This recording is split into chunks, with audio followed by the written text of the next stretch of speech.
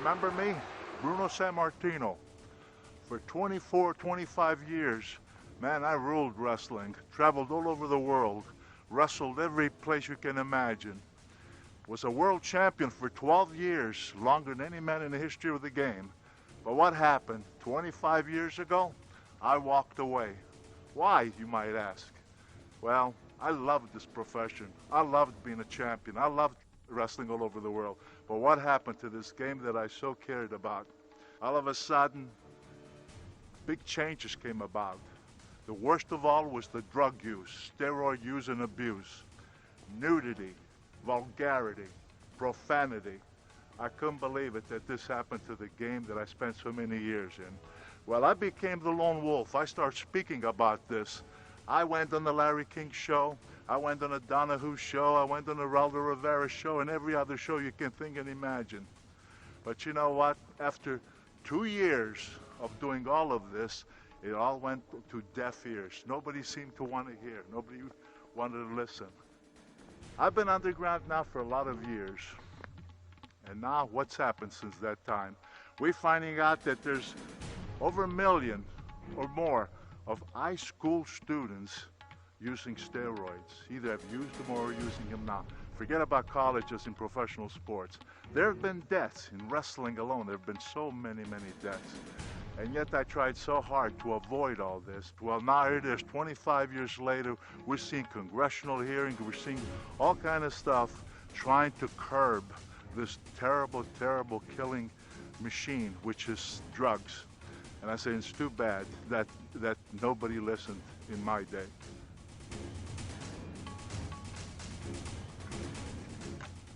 You know, there's a story behind this belt. After a long career, there were some people from Hollywood who actually wanted to do my story. But you know, when they gave me a script, they wanted to what they called Hollywoodize it, which really turned me off. There was somebody else who wanted to, a big company that wanted to do my story. And again, we turned it down. Why? Because I want to tell you the story from beginning to end, unedited, just the way it happened, un-Hollywoodizing it and all that nonsense, the true story. So sit back, relax, and watch my story behind the championship belt.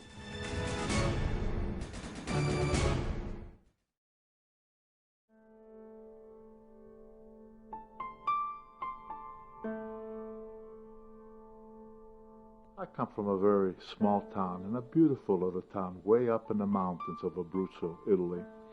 And as a child, I just remember this town to be very warm. There were kids my age that we would play. We didn't have the toys like we have here in America, but we had little things that we would do on our own as far as playing and what have you. And we actually knew nothing of what was going on outside of the town. So whatever we had in our town, it was wonderful as far as we were concerned. First, let me say that how the town was a beautiful town to look at, but was very, wasn't no modernization to it. For example, we had no running water in our house. There was no toilets, of course. So, but in La Piazza, the square, small square, there was a beautiful fountain, and that's where our mothers would fill up this big thing, we called it La Conga, put it on her head, and bring that to the house. And with that would be the water that she would cook with, that we would drink, that we would wash with. And this was very normal. It's not like we felt that we were missing anything, because that's all we knew, and so it was just fine. We were very happy. We worked in the field. I remember as a very small child, we would go to our fields that we owned outside of the town, and there you'd plant in the spring the potatoes, the corn, the wheat, all these things, and then come time for harvest, we would go and we'd dig up all stuff, and the wheat, everything, and then what we would do, make provisions in our homes. We had a thing in there, because the winters were so huge in those mountains that sometimes we'd be locked in our house for long, long periods of time because the snow was so great. Now, one might ask, well, what did you do for water? And that was very simple. You got the snow. You got the snow from outside, you melt the snow, and that took place of water. And so this was all very normal. Of course, then everything changed.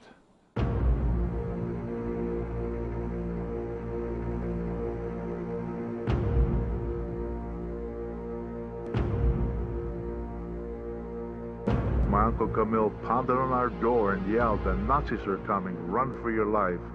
14 Jahre lang gehofft hatten. You know, that's when the Germans occupied our area, and we were driven from our town and finding a place to hide in what we called Valaroca.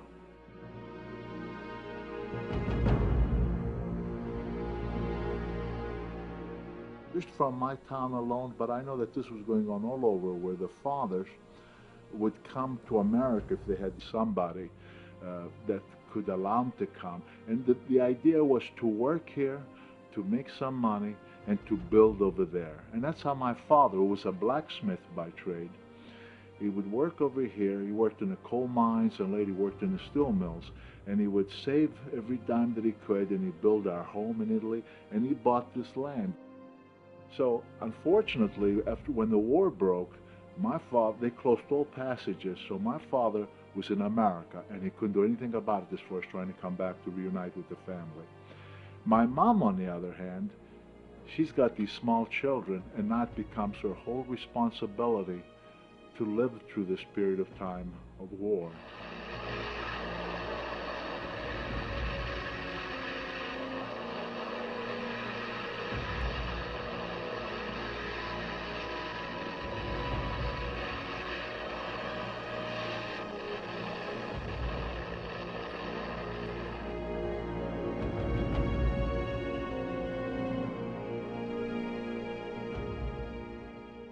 Well, we started out with me and my brother and sister, and I had another sister named Anita, and I had a brother named Sandrino.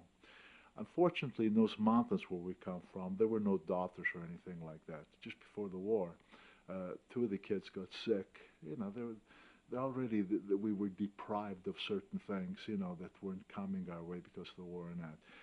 And what did they die of, we often wondered, and none of us have ever known. All we know is, well, they got sick, and poor mom tried, you know, whatever she could, but it didn't help.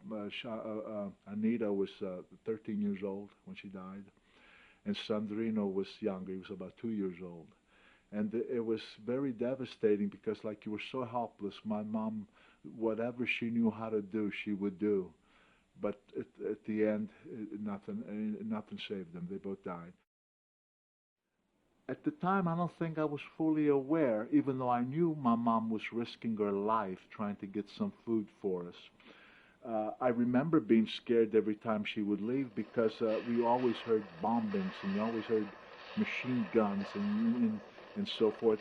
And always the fear was there, will mom come back? And what will we do if she doesn't? And so I remember when she'd be gone for like a day and a half or so, we would sit at the edge of this mountain where the path was, that she'd have to come up that path. And I remember just sitting there, being very cold, very hungry, sickly. I really was very sickly at the time. And I remember that every time mom would finally see her, it was like everything was fine. For a while you weren't hungry anymore, you weren't cold anymore. You just felt so wonderful because there's mom is back, you know. But it's still in all, I remember all that, but the full appreciation of it came later as I grew up and became more of a man. And then it made me realize more and more what a special human being my mom really was. Not taking anything away from my poor dad, because I can just imagine what was going through his mind.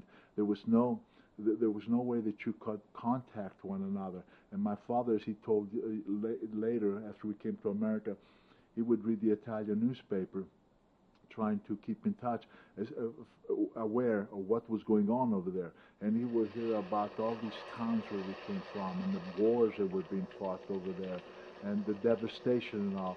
And I can just imagine. My father said many a time, he said that he would work during the day, and couldn't sleep at night. He was just so terrified all the time because he thought that surely something was going to happen to all of us. So He was going through his own hell, really, because of the not knowing. That sometimes can be as, as devastating as what's going on. But my mom was going through more of an hell because her life was constantly at greater risk. Every time she came down that mountain and she snuck behind our home to get into the basement while the Nazis were sleeping upstairs. I mean, she would have been shot right on the spot if they were aware. I mean, it was such a risky thing that she did, but she knew that she had three small children who depended on her for their survival. And Mom became so tough, so determined, that there was nothing was going to happen to her. She knew of her responsibilities, and she was going to pull us through, pull all of us through. Of course, she did.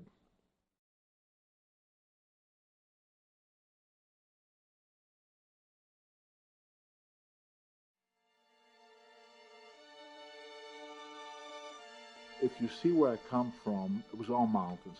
But then there were other mountains that were higher but wooded. And we thought that there's no way that the Germans would even attempt to find us because they had more serious matters. There was always the Allies. There was always trying the invasion, trying to keep driving them.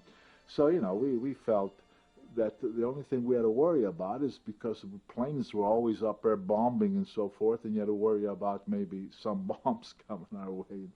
But other than that, we felt kind of safe from the Germans because we just couldn't imagine them making a trip like that where you could drive to horseback. You could only come to the bottom, but then you still had to do some climbing to get to the top of these mountains.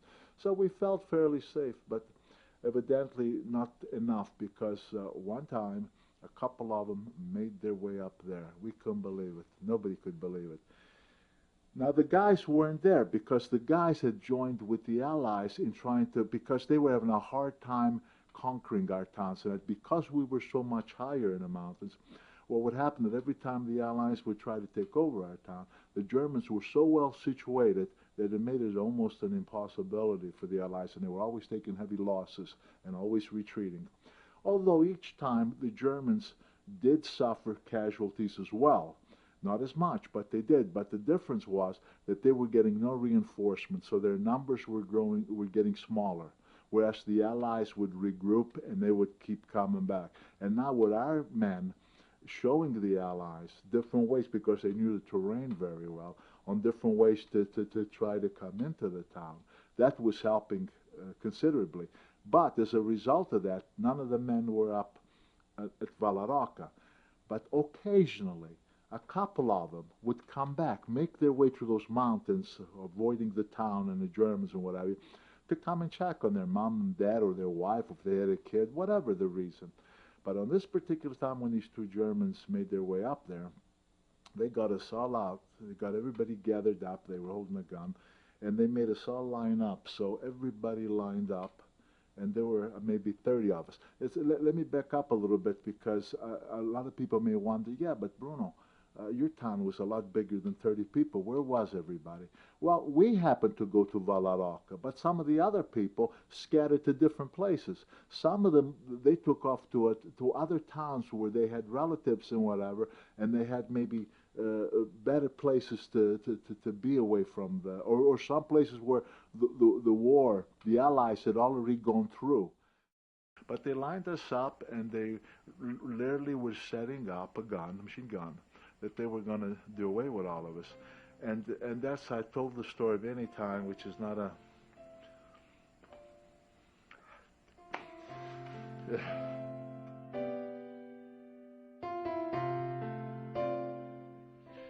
And so when these Nazis lined us up, they were going to do away with us. We were scared, naturally, we were cold, so forth, but we were all lined up. And my mom had my brother and sister on one side, she had me on the other side. And she was very concerned. She knew what was happening, of course, and all she was concerned was about us. That's how strong she was. She would say that don't be afraid. Don't be afraid. She says, because soon, she says, we're going to be in heaven. and we're going to be in a palace, and there's going to be, everything's going to be beautiful. There'll be no more, never be cold again. We'll never be hungry again. Everything is just going to be beautiful. And I'm going to tell you something. As young as I was, I do remember very well that I felt very at peace with that. I wasn't scared anymore because Mom said that. She was holding me, you know, and I thought, Mom said it's going to be better, it's going to be greater, so great. Let it go there. Fortunately, two of the guys, as I tell you, they would come to visit their loved ones, whatever. They saw what was going on, and we didn't know at the time what they were doing, sneaking up and everything else, and they got these two Nazis. And so we were saved by the bell, so to speak.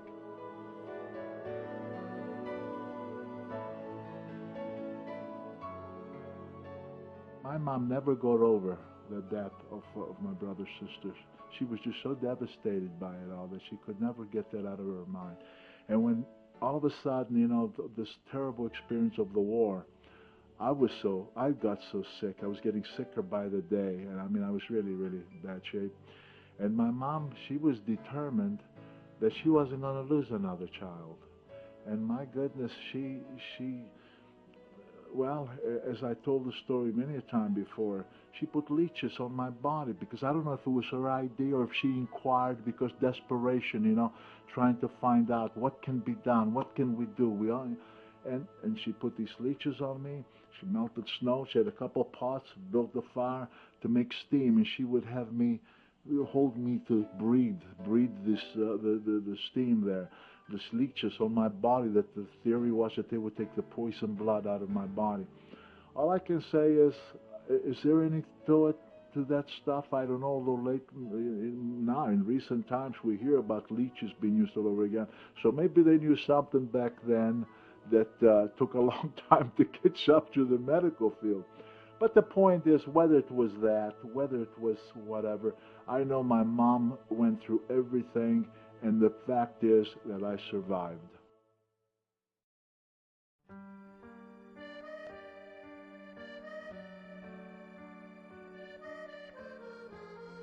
When we came home from that war, coming back into our town, there was a lot of devastation. I remember as a kid the bodies that were around, because that last battle that was fought was an awesome battle. And our houses were damaged, you know, and all that kind of stuff. But I remember my mom putting something on the floor. We got a little stove that you kept feeding some wood in, and to keep me warm. And I was laying there on the floor with some that she would have underneath me. And I don't know how long. It seemed like I was there forever, because I was so sickly. I remember I didn't have the strength to walk. I was so extremely, extremely frail. It was always the question, was I going to make it or not? You know, found out, I'll tell you something really weird. Because there were no doctors and everything, there was talk about that, what's wrong with the kid, you know? Well, I said, he probably got pneumonia. Then somebody came up, which I'd never heard of, scarlet fever. And I didn't know what that was, of course, or anything. I found out years later through an electrophysiologist, through examination when I was having these surgeries and that. And I don't know how they find out, but he said, Bruno, he said, you had rheumatic fever a long time ago. You had rheumatic fever. And he could discover that. And I said, well, I always heard about scar. So, you know, that told me just how serious my situation was. Because, you know, rheumatic fever, people die from that who have the best of care, you know, in hospitals and that. And here, I was over there. And it had to be the love of my mom and her efforts and everything else that pulled me through it.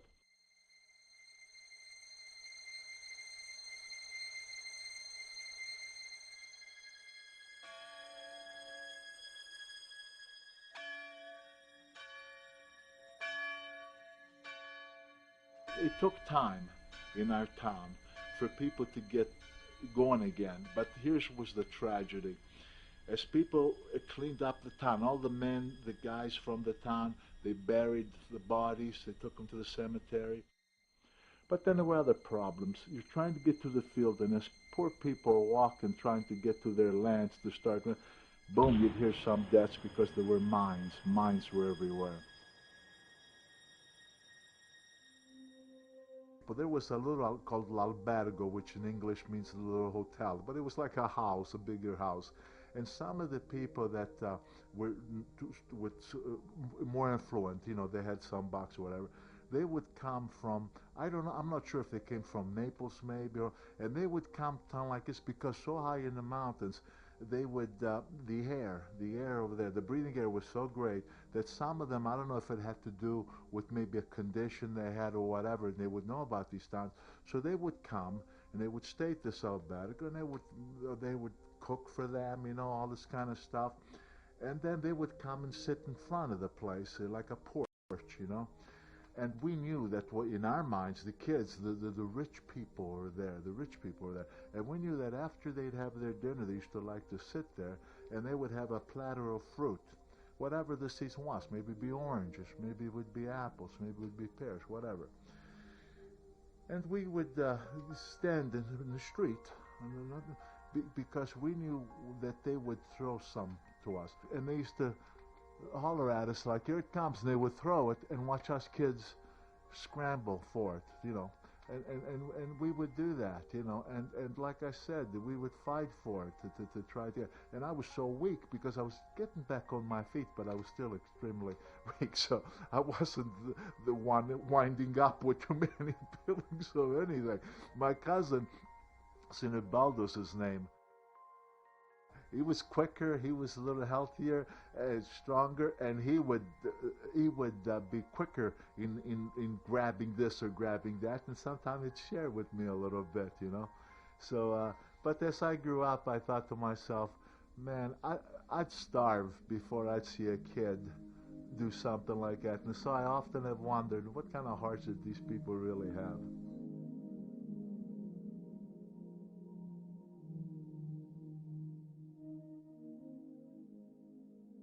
There was finally a connection between my mom and dad. They connected again. And my father asked the question. He said, I only know what I'm reading about terrible things have been over there. What do we do? Do I make my way back to the town and build our lives?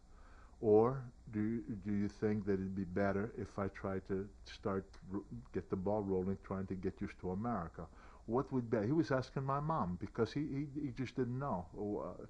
And my mom said to him, everything by mail, of course, said to him, there's nothing here for us.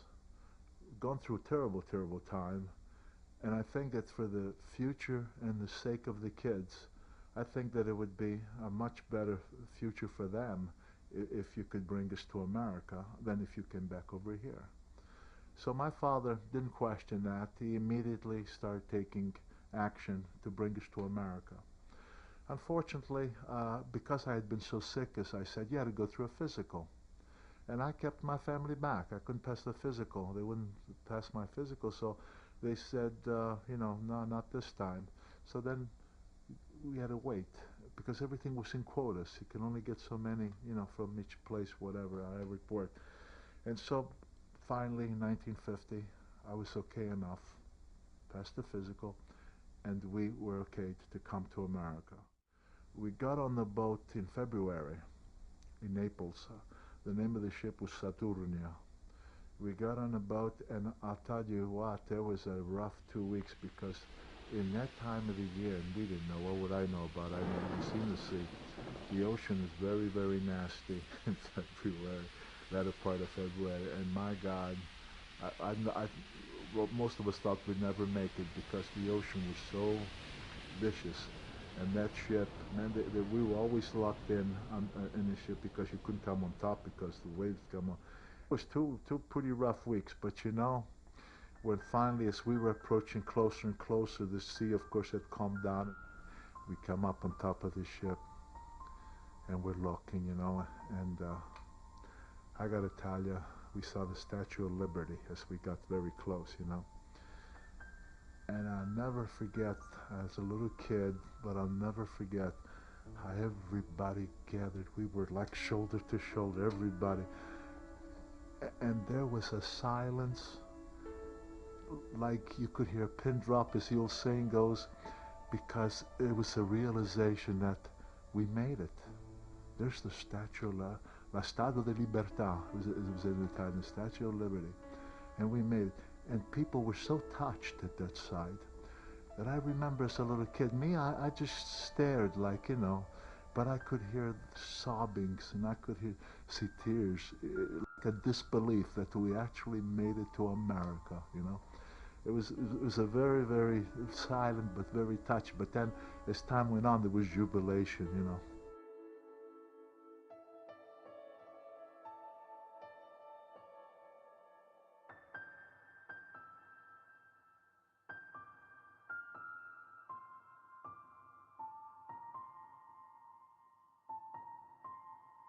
After we arrived, we were instructed, the loudspeaker, whatever, that when we got off the ship, that we would see all these huge letters of the alphabet. So she said, the loudspeaker told us that your last name, that letter, that you go on that letter, they were huge, huge signs, way up, and you stand there because whoever your loved one is that's going to meet you, they'll know that that's where they're going to find you.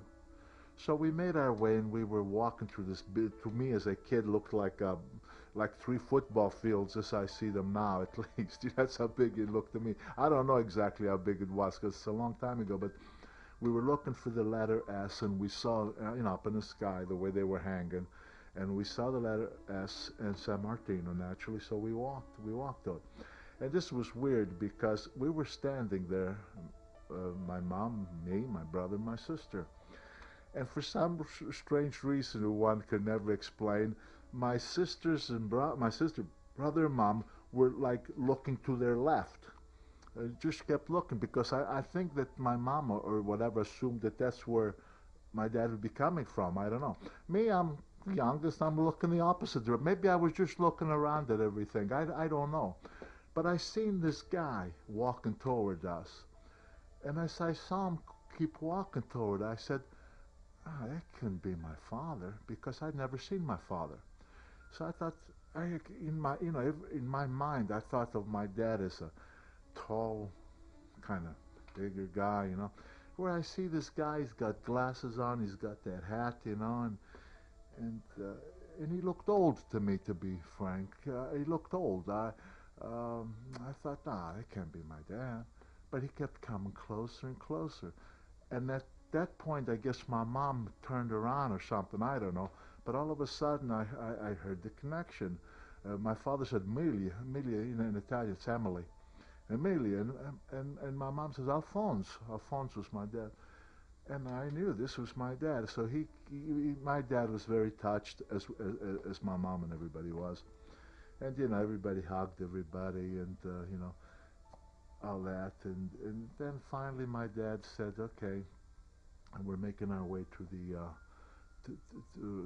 cab to go to the train station, because we were going to take a train and come home, come to Pittsburgh.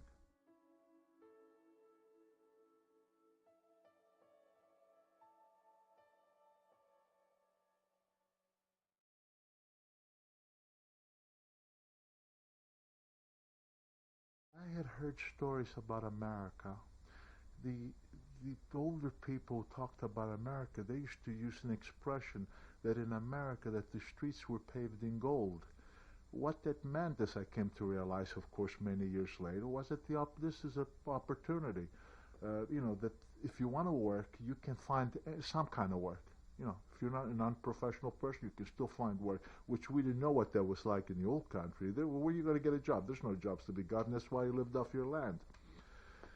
So when we came here and we took the train to go home, and I'm looking, not only did I see the streets paved in gold, but I see this old house that we're coming into. This is our home that my dad had bought, and my dad was telling us that he paid $6,000. So, this, and he had bought it, by the way, in 1947. He had bought it. So he had it for 3 years. And when we got in it, though, it wasn't like in the old country. The house may have not had the indoor plumbing at that time and all that kind of stuff, but they were built with stone and concrete. You know, I mean, they were solid built. And this house, to me, it had wallpaper, and they were bulging because the plaster that was pushing through. And I thought, wow, you know. But hey, you know, I just surprised because as a kid, the impressions I had of America, you know, the talk I had heard, I thought we were going to come and see nothing but palaces, you know, nothing but villas, you know, and but it didn't take long to realize that, my God, we're in America, and thank God we're here.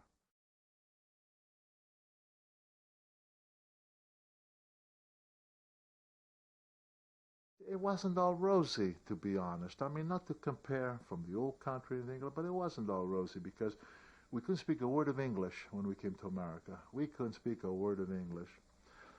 And even though Oakland section of Pittsburgh, it had Italian, but they were more what they called the Panther Hollow. This was almost known as Little Italy down there. There were so many Italians living down there. But my father, because now he worked in the steel mills, where he bought this house, if you could walk out of the front of the house and made a right, you walked not even 2 blocks, and then there seemed to be like 100 steps, and those 100 steps would take you right to the south side to the steel mills where my father worked. So my dad was looking at that because he didn't drive, he had no car or anything, and he was looking for a place that he could get to work to walk to and from, so didn't have to pay for buses or anything like that. And that's why, but unfortunately at that time, even though this is still Oakland, there were a lot of Italians in Panther Hollow and places like that. But in this particular, where we're at, there weren't any. And as kids can be cruel, as the old saying goes, for no reason, we were being picked on daily. I mean, being picked on pretty good. I used to come home with a bloody nose while I was trying to learn the language, going to school, you know.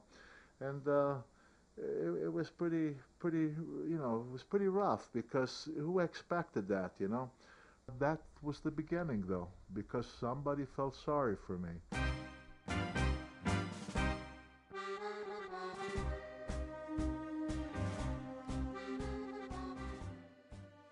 They wanted to show me the why, an exercise.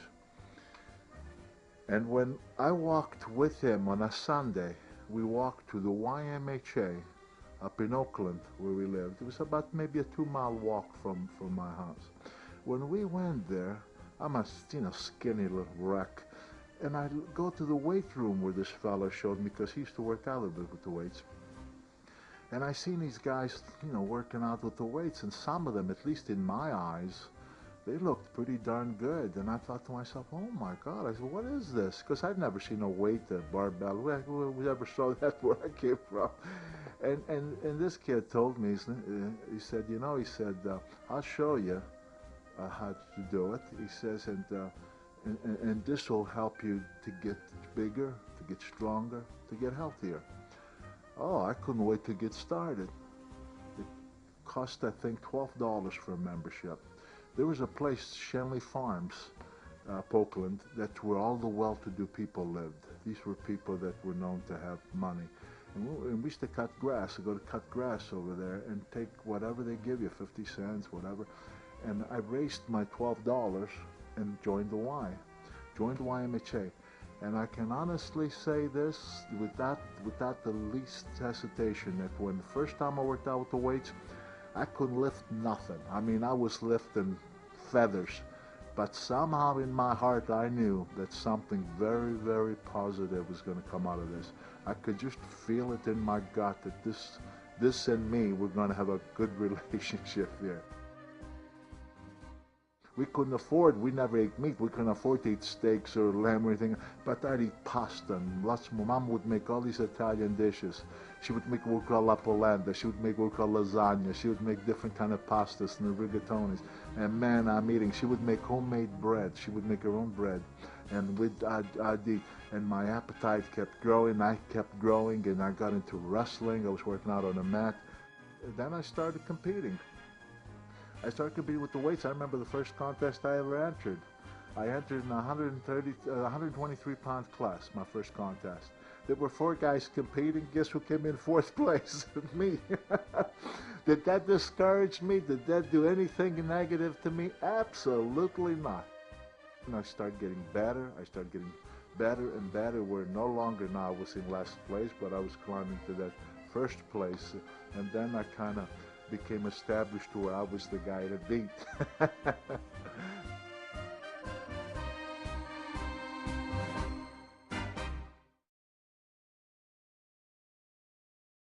The first time I did a bench press record was 475 pounds.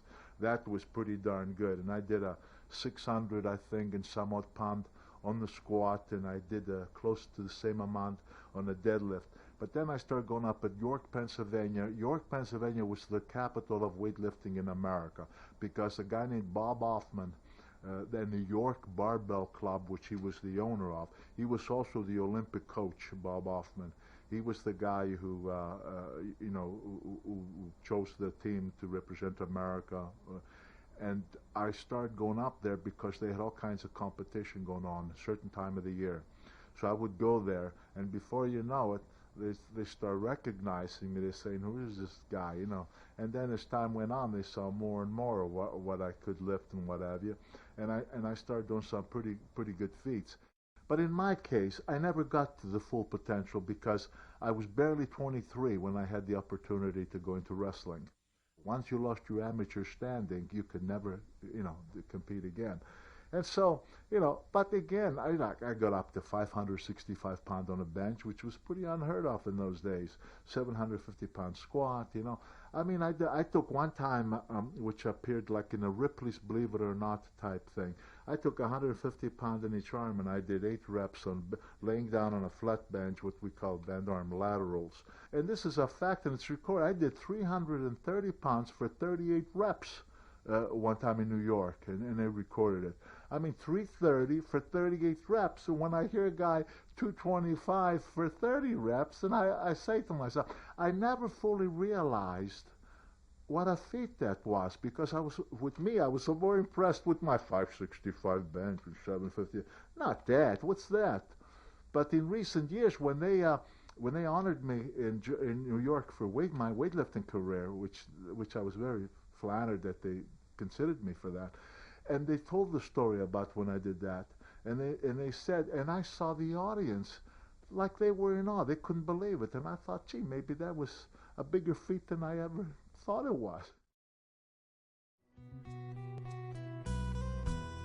I was a guy with a lot of pride. I knew what I had gone through in my life, and there's one thing I promised myself, that if I ever got married or anything, I would not do it if I couldn't make my family's life better than what I had known.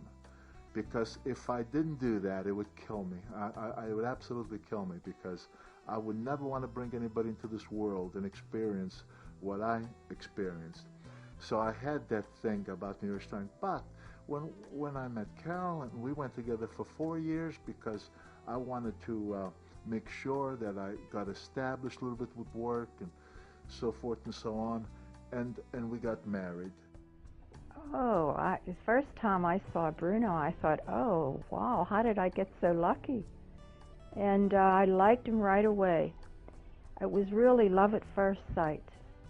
It was our 3rd date when he asked me to marry him. And he said... Love at first sight was here. She was a young girl of about 16, and I was maybe 19, and 3 days after we'd met, I asked her to go steady. I'd never gone with any girl prior to this, and I asked her if she would go steady with me, and I told her by steady I meant marriage in the future when we could. So we went steady, and I guess I was 16 and a half, almost going on 17, and he bought me an engagement ring, and I guess I was almost 18. Right before I graduated from high school, I set the ring on the table and went to bed and let them see it when they woke up. I graduated from high school, and I got a job at Travelers Insurance Company. I was a typist for Travelers Insurance Company in the claims department, and we got married a couple years later, and We had a wonderful wedding. And then he told me one day, about a month after we were married, he was going to be a wrestler, and I thought, what? And I was very, very disappointed in this, really disappointed. And I didn't want him to do that. I just wanted him to be a carpenter. My dad loved wrestling, and he would watch wrestling with my brother, but I never watched wrestling too much. And no, I really didn't know anything about wrestling. I just thought, oh, what is he doing? My God. So he went to New York and did whatever he did, come home and said, well, this is the way it's going to be. And I guess a couple of months went by, and I was really miserable. And he came home one day, which he didn't come home very often, but one day when he came home, I said, I want a divorce. I didn't mean that. I just thought I'm going to scare him. But he turned around and he said, well, get your lawyer. And I thought, my lawyer? What lawyer? Are you crazy? I'm thinking this. And I started to cry, and I told him I didn't mean that. And we hugged each other.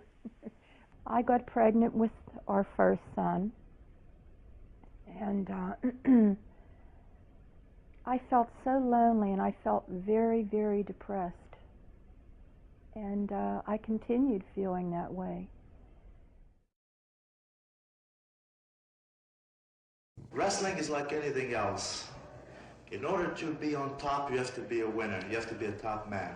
Do you remember your first match at 22, professional wrestling match? Boy, I sure do. I'll never forget that night. With Zach Ransky. And I was a tough guy in those days.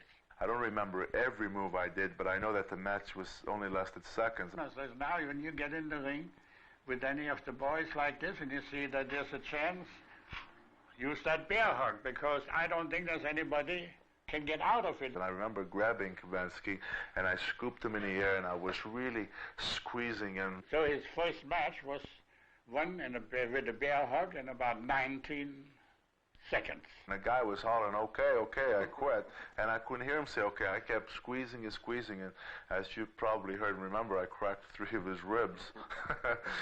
So I remember that I dropped the fight, the referee came over. Heck, he was trying to pry my fingers apart to let the guy go, and when I realized I let him go, came back in the dressing room, and they were giving him some medical attention. And I remember hearing him say, like, where'd this animal come from? Well, Art Rooney approached me in '59 for a tryout for the Steelers. He wanted me to play football. But I knew I wanted to. Wrestling was calling. I mean, that was my destiny, wrestling. And after wrestling for a while, I had the opportunity to wrestle H-Tax Calhoun, who had never been moved off that mat. I knew that given the opportunity, I could pick him up. And I'll tell you what, when I went in the garden, I picked up Calhoun and I picked him up over my head. I thought the roof in the garden was just going to pop out.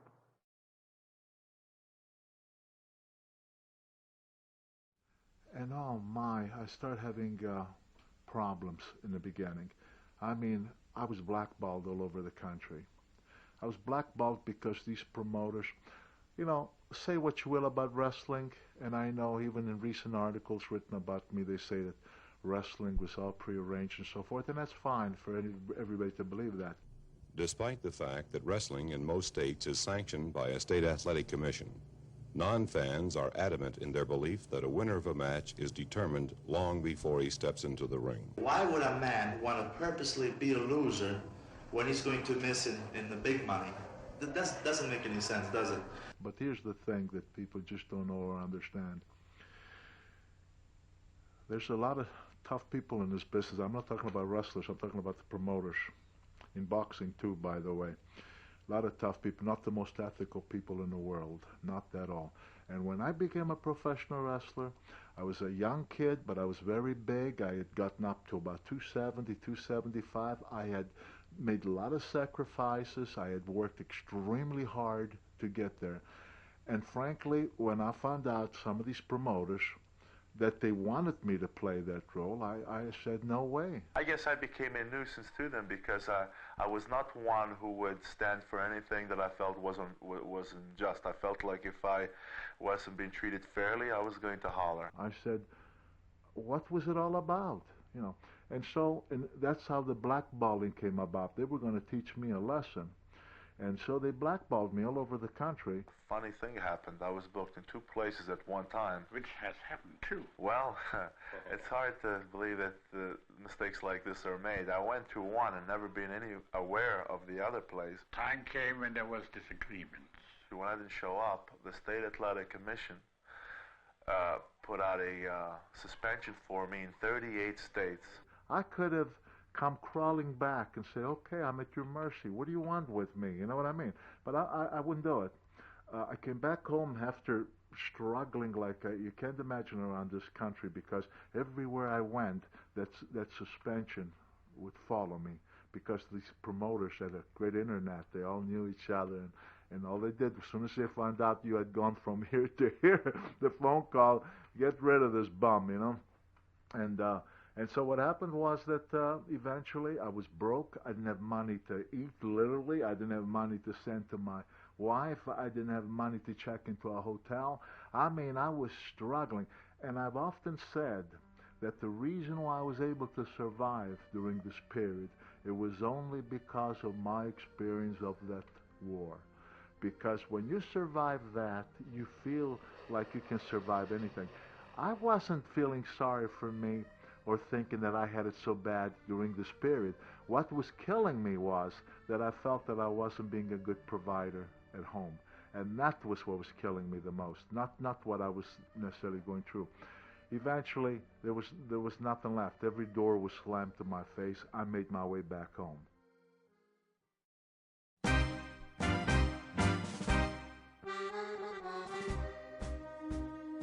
The tomato, that's become a big story, the tomato. Well, what had happened was that when I was blackballed all over the country, I literally had no money to buy food. I mean, sometimes I just lived on water and bread, because you could get a loaf of bread for like 17 cents. So I would get me a loaf of bread because I had a big appetite, and I would just drink a lot of water and bread just to fill my stomach. I mean, I was really struggling. When I made my way back home after I was a beaten guy, everywhere I went, the suspension met me. And I just couldn't function because I had no money at all. So I had no money to live in a hotel. I had no money to buy food with. So the only thing I had left was to get home and go to work, get a job, go back to construction. He never told me how rough it really was. One time, I guess this is the time when he was blackballed all over the country. Just working maybe a week, I don't know, not much. I didn't have nothing. And I went with my wife food shopping, and she sees this big tomato. And it was 50 cents, and I said, oh, I'm going to get this tomato. And all of a sudden it hit me, 50 cents, like it's nothing. 50 cents to me would have meant 3 loaves of bread on the road when I was starving to death. I said, 50 cents? I said, you think you're going to spend 50 cents on a tomato? Forget it, put that thing back. And he made such a fuss, I couldn't believe it. You're going to spend 50 cents on a tomato? Are you crazy? And naturally, I had kept all my miseries to myself. I didn't complain to anybody about it. And so she kind of, wow, oh my God, what's going on? What's this? You see, I had no idea what he was going through in New York. I didn't know. He never complained. I didn't know he was sleeping in the furnace room of a hotel. I had no idea. But he never complained.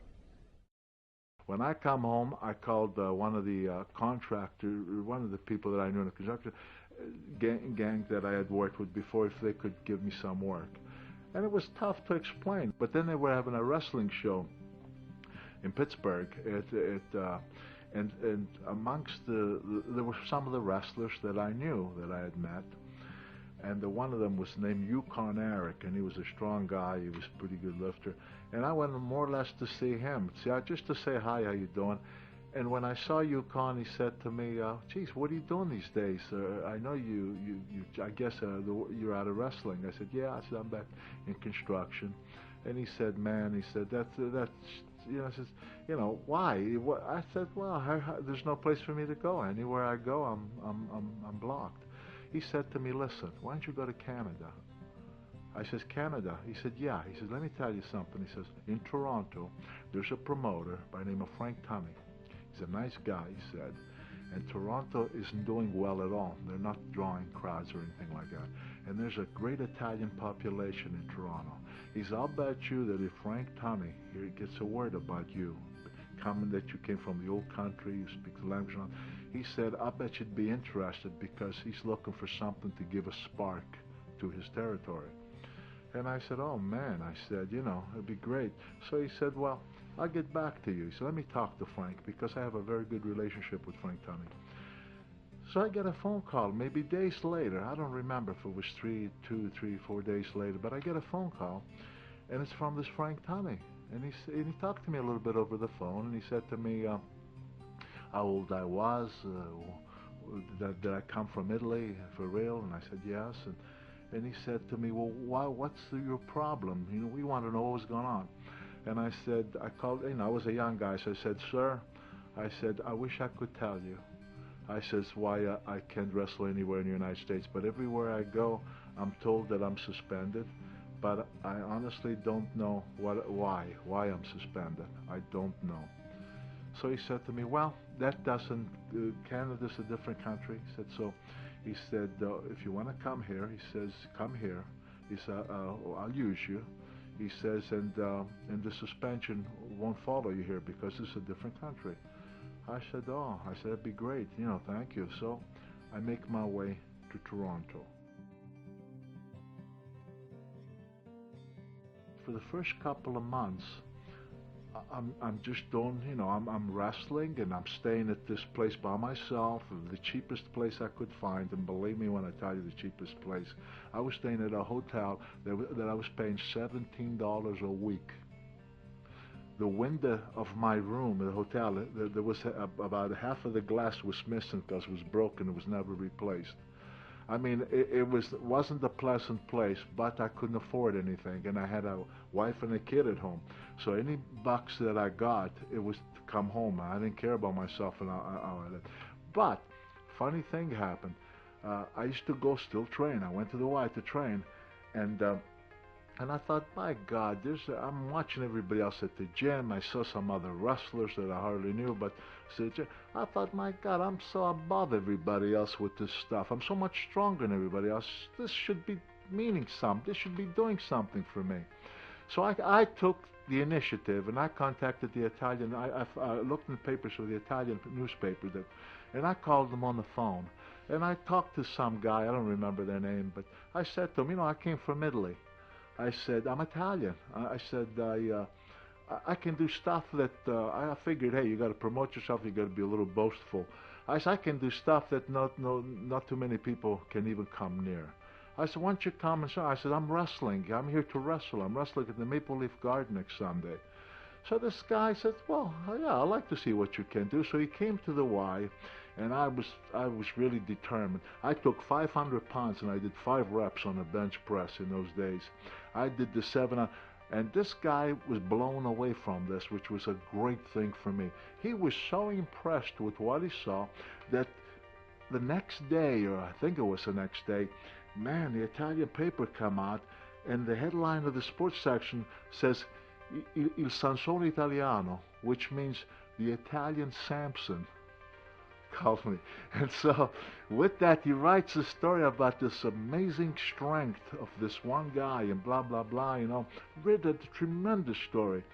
And then a television station, which was mostly Italian, wasn't the biggest station in Canada by any means, but it's all over Toronto and surrounding area. We hit that area. And the guy heading it was a guy by the name of Palombo, who was an Italian guy.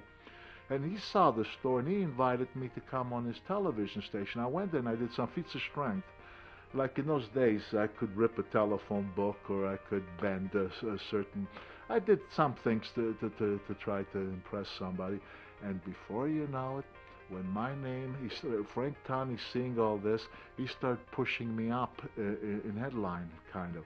And people started coming, and Frank Tani became delighted that there was getting a response and people were coming because his territory had been down from what I understood, a pretty long time. So what happens? The promoters that had put me through the cell in the States contacted this guy, Frank Tani, and said, you have no idea who you're dealing with. This guy is not a cooperative guy. He's a wise guy. He thinks blah, blah, blah. They did whatever they did to me. Well, I didn't know that this had happened. But a few months went by, and Frank Tani invites me out to dinner one time. He said to me, Bruno, I'd like you to meet me at my office. His office was right at the Maple Leaf Gardens in Toronto. He said, we're gonna go out to lunch and to have a little talk.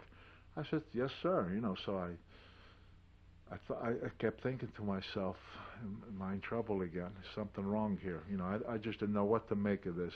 I was nervous, but I went with him. And he said to me, which can't explain what this meant to me. He said to me, I want you to know, he said, that you're doing a great job. He says, what you did, he says, with that Italian newspaper, because they had pictures of me doing all this lifting and stuff, and then going on a television stations. Obviously, the Italians are proud, being fellow Italians, and they're coming out. He says, everything's getting better. And he says, and I just want you to know, he said, I want you to feel secure here because I want to put your mind at ease. I've had a few phone calls that weren't very pleasant about you. He says, but you know what I told them? I told them that if you turned out to be what they say you are, that I would simply tell you to pack your bags and go back to Pittsburgh. So he says, I want you to know, he says, that as long as things go like this, he says, you can consider this your home. You can stay here in Canada for as long as you want. And man, after that lunch, and I felt so good, so relieved, I came back to the place and I called up my wife. And I said, you know what, honey? I said, I can't get home too often. I says, I can only come home 2 days out of the month because sometimes I had to work 7 days a week and sometimes 6 days a week because the Maple Leaf Garden was every 2 weeks and I had to be there. I said, but you know what, honey? I said, I got a feeling that over here I'm going to get back on my feet and things are going to be better for us. So I said, you have to be patient. And my wife, God bless her, she grew up because in the beginning she was so miserable, so unhappy, so terribly unhappy about this whole thing. My wife was never one to look for fancy anything. All she wanted for us, me to be a carpenter, her to work at this insurance company where she was a typist or whatever, and just go on with our lives. That's all she ever wanted. She was not one into anything like, you know. And she continued that way because even when I got some notoriety in this business, Carol never wanted to be in front of the cameras. In fact, she would always run away from the camera. She would always shy away from that. She just was never into that stuff. So she put up with a lot. She put up with a lot. And for me, I knew what she was putting up with, but it was important to me at the same time to succeed. Not so much that I was looking for notoriety, but I wanted to be a good provider for my wife and my kids. That was my goal.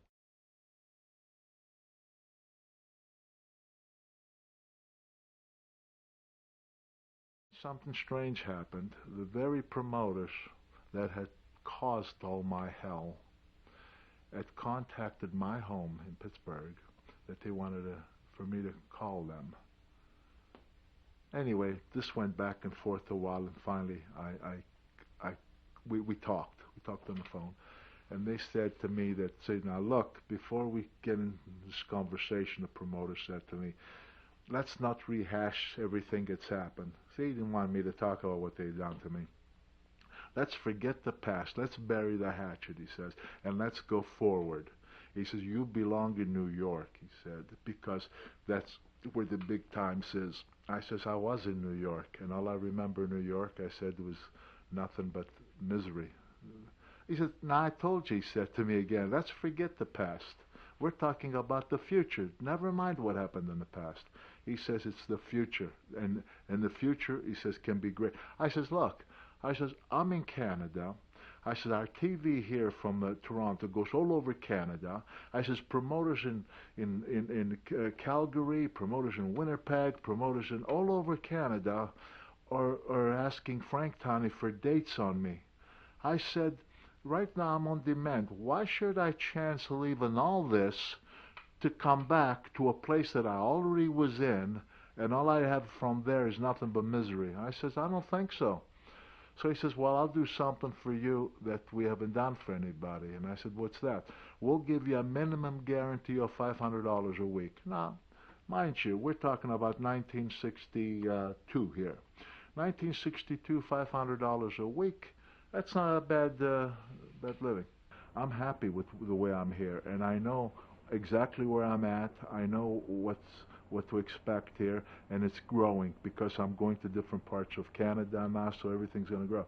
I said, $500 a week. I said, it's good. I said, but that wouldn't make me leave my position here for over there. By now I'm Canadian champion, all this kind of stuff. So then he called me back, and he said to me, I'll tell you what I'll do, he says, and this I would never do for anybody, and he says, and I wouldn't want you to repeat it to anybody. He says, we'll give you $750 a week. And I said, no, and he said to me, well, what do you want? I said, I'll tell you what I want. I said, I want to go in the ring with Buddy Rogers. Buddy Rogers was the world champion. He says, Buddy, he says, you know, you and Buddy, me and Buddy Rogers, for God rest his soul, he's gone, but Buddy and I never liked each other. It seemed like almost from the beginning, he didn't like me, I didn't like him. Just didn't like each other at all. And I had my reason for not liking him, which I won't get into, and he probably had his reasons for not liking me, I don't know. But anyway, what I did was, I said, that's the only way I'll do it. And he says, no, he says, Buddy Rogers won't wrestle you. He said, and you know, you guys just have. I said, well, I said, if I don't have that opportunity, I see no sense for coming back.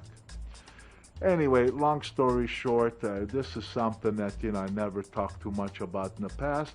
But what had happened was that they had a secret meeting with the wrestlers. Nobody knows about this. Nobody knows about this. And so some of them, I don't know, might question it. But the truth is, privately, in extremely confidential meeting, told me that the only way that they could make the match and it would go off okay was that they had to sell Buddy Rogers with the idea that I've been bought. That for X amount of dollars, I'm going to come to New York, wrestle him, and he's going to beat me with the figure 4 leg lock, is what the hold that he specialized in. And by the way, it's a hold that if you're caught into it, the chance of escaping it are minimal, because you can break both of your legs at the same time. It's a very difficult maneuver. I said, I don't care how you do it. I said, you know, but that's the only way I'd be interested in coming back. Because, you see, what I believed was, if I got a chance at the title, and I won it, then there was no question in my mind that I was going to be on top. You know what I mean? Then it was up to me to prove myself that I belonged there. And so that was the opportunity that I wanted. So finally it was worked out that that's the way it was going to be. And that's what brought me back into New York City.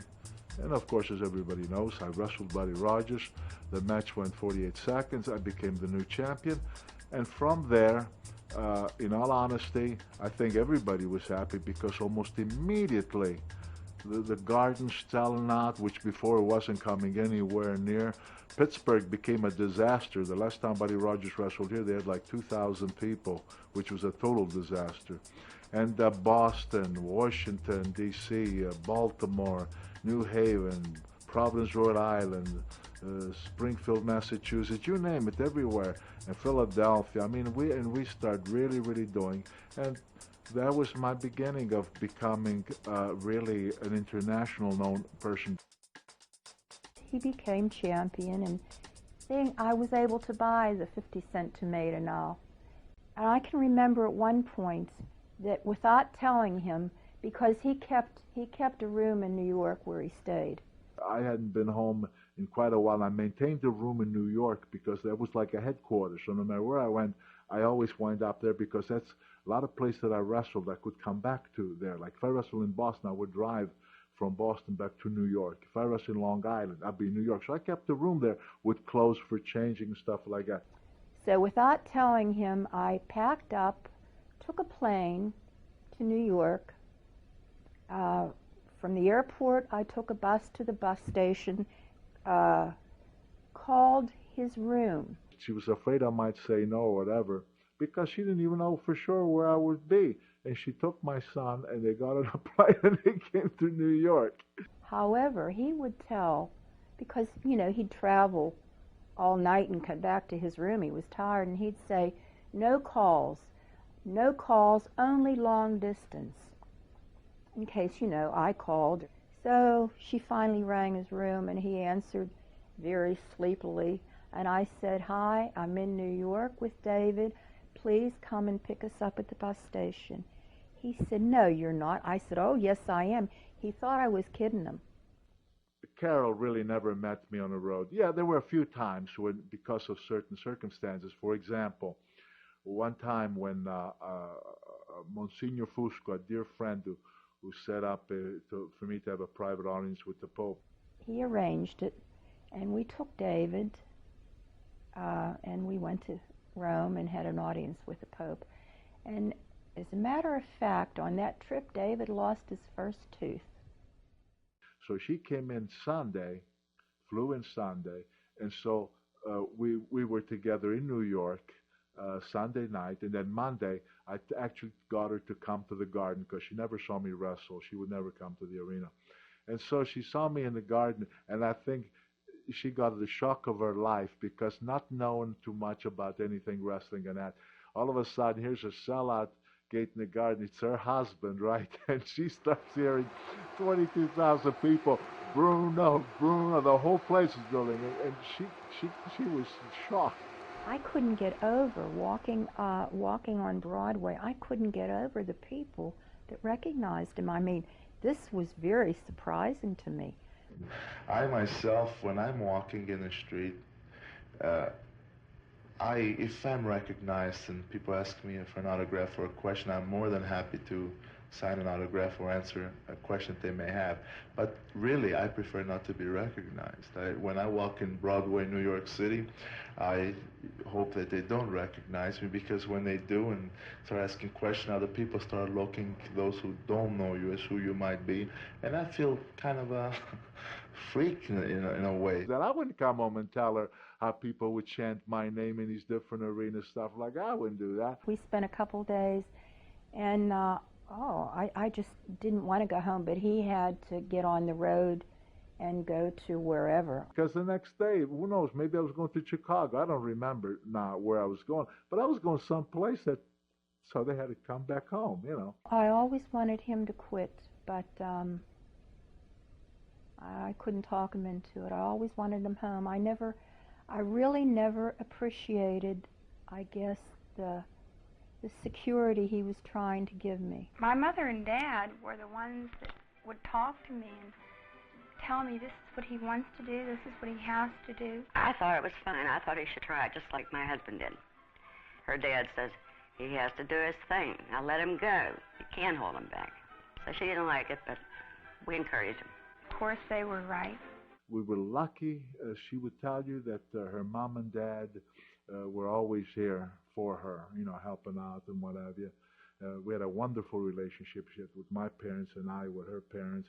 But there's no question that we were still young, and she was lonely. I wasn't around like a normal human beings, normal couples are supposed to be. But I have to tell you, she was great, because in the beginning she complained a lot because she didn't want any part of this. She wanted us to be together and just be normal people. My wife never complained, even though I couldn't be very supportive financially and what have you, and we were not in the best of shape. We had a little home, ranch type, that we had bought, and I said to her, I don't know if we're going to lose this house. I said, I don't know how we're going to keep it. He came home and he said, what if I can't meet the mortgage payment? And I said, don't worry about it. You know, that's the kind of support that any guy would appreciate to have.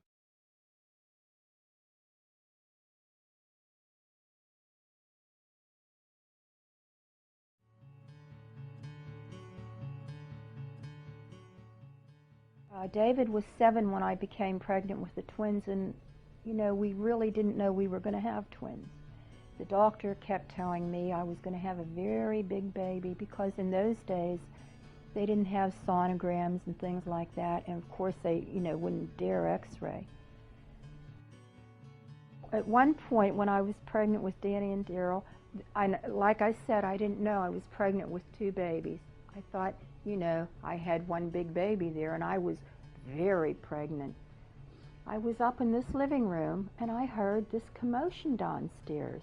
I took off downstairs, and Bruno, who was always very dedicated with his training, he would be home for one day, but he'd make sure that he'd get his training in.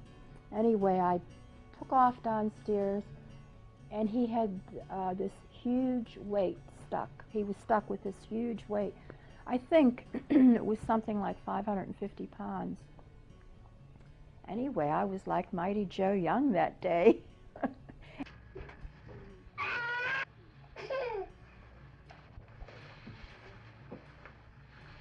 Find your experience as a wrestler has helped you change diapers? Not really. There we go. Hold on. That wasn't so bad. Okay.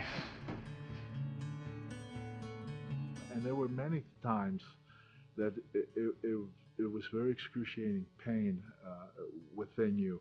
Because, for example, Carol, when we were young, had problems. For example, one time she had to have a gallbladder. I had my gallbladder out. I was, in those days, you were in the hospital maybe 2 weeks. Today, when we think of a gallbladder operation, simple.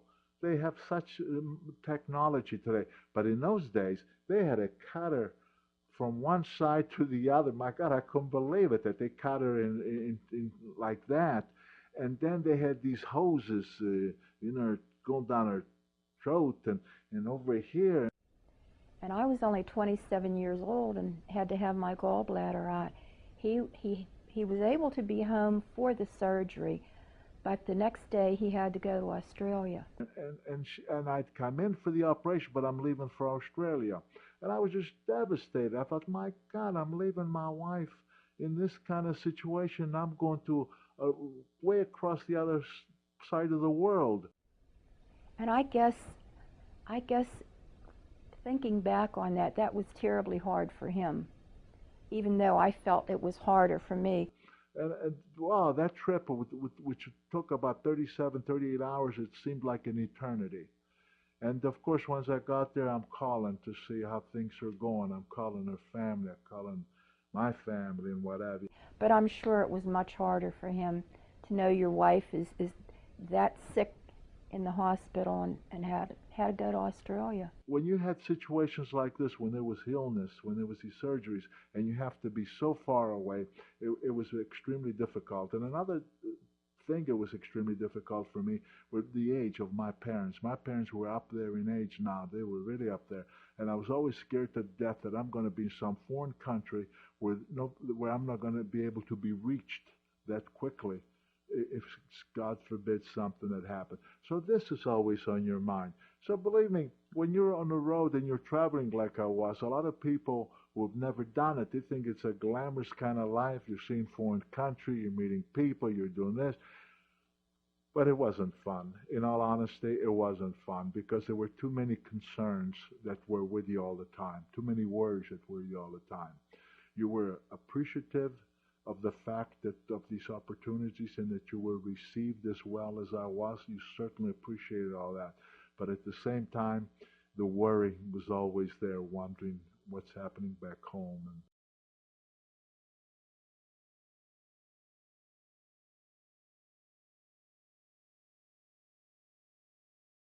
Yes, I miss my dad when he travels. I think about him when he travels. I just watch TV and I think about him. You wish he was home more? Yes, I wish he was home more. I wish he would quit his wrestling so he could stay home all the time. You gonna be happy when he does retire? Yes, because then he'll be home. He could play with the babies, and we could watch television. And sometimes, if he has time, he could work out. and he wouldn't have to travel as much as he does. David is 8 years of age, and he goes to school, and he occasionally wants a little help that all the kids this age want from the father and the mother. And of course, he's just got the mother because the father's always away, and he likes to go in the back and catch baseball and so forth. He likes to swim, and boy likes to do this with his father, as close as he is to his mother. But there's certain things that the father and the son have to get together on. And of course, my wife, she has to try, and she tries to be more or less the father. Sometimes she's even gone in the backyard and catch ball with David just to give him that satisfaction because I'm not there to do it.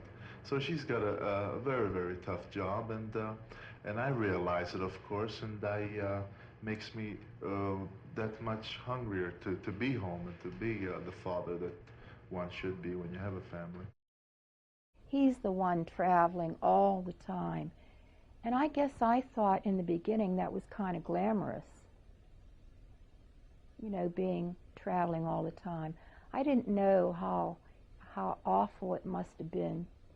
And so I matured, and then as things went on, I started to take little trips with him now and then.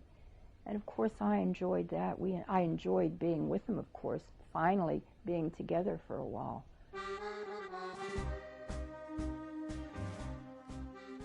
One evening, when Bruno was home, there was a lot of rumbling outside. Me and a friend of mine were coming home. He was dropping me off, and I saw a truck parked in front of the house. And my son Danny was much young at the time, you know. I heard him hollering about something. I opened the door, and there was a truck parked out there, and there were a couple guys. My God, do you know what they were doing?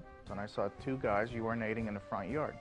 Which made Bruno furious. He went out, and I don't know what he was saying to them, because I stayed in the house. I was just looking outside. He's got his pajamas on and his robe. He comes out, gets the guy in an arm lock, takes him to the ground. My mom calls the police. I thought, oh my God, so I called the police. And I said, please come to our home. There's an altercation outside. I was waiting for everyone to start chanting 1, 2 when he had the guy in a hammerlock.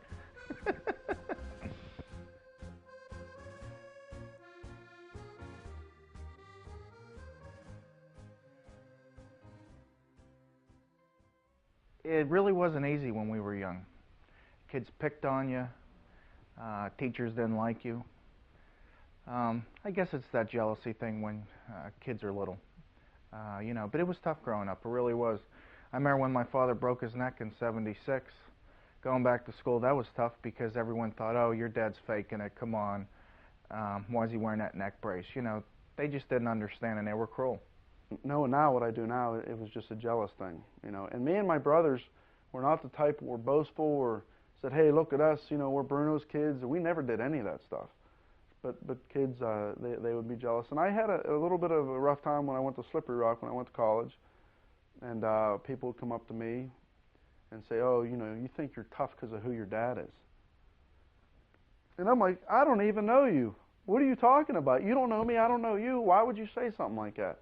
You're like, well, you just think you're tough because of who your dad is. So sometimes you got to do what you got to do, you know, whatever. But I don't know why people would say that sort of thing. It's not like I wear a hat and a T-shirt and say, hi, my name is Daryl, I'm Bruno's son. You know, I mean, I've never done anything like that. I remember back in those days when we went to the arena, I got to say this, not because he's my father, but just sitting there, when you were sitting there, it's a feeling you really can't describe unless you were there. But when he came out of that dressing room and people chanting his name, it's like there was an aura that walked in like, here's the man, here he is, and here's the real deal. You know, it was just such a feeling that I can't even describe to you unless you would have been there. It was just amazing. But it was great going to Boston Gardens, the Spectrum. We would, you know, obviously get on a plane and fly there, and my dad would come out of the dressing room, and I'm sitting there not knowing anybody. I'm in the stands, and everybody would start chanting his name, and I'm like, man, that's my dad. That's pretty cool. In those years, I was on the cover of most all of the magazines involving wrestling. You know. And it was so weird to see a newsstand and see yourself in these foreign countries in maybe 3, 4 different magazines, and there you are on the cover, you know. So I think at this point in my life, I think I knew I finally got there. I had made it. Every time I wrestled, for example, in Madison Square Garden, my goodness, you saw the Japanese reporters all around that ring, and click, they were flashing. And I didn't even realize, but all this stuff is all going to Japan, and Japan is putting me in on the sports section of their paper, the magazines, and that's why it was so puzzling. The first time I went to Japan, that when the plane landed and we're getting off, in those days they used to put the steps that you walk down to the plane. I seen all these photographers. I swear I'm not exaggerating. It seemed like there were a couple hundred of them. And I thought to myself, my God, they flew me here first class. Who did I miss? Who's on this plane that I didn't see? I honestly believed that there was some big shot on this plane, and I couldn't figure out who is it. How come I don't know? Turns out to be that I was the big deal, and this flabbergasted me because I never experienced that anywhere.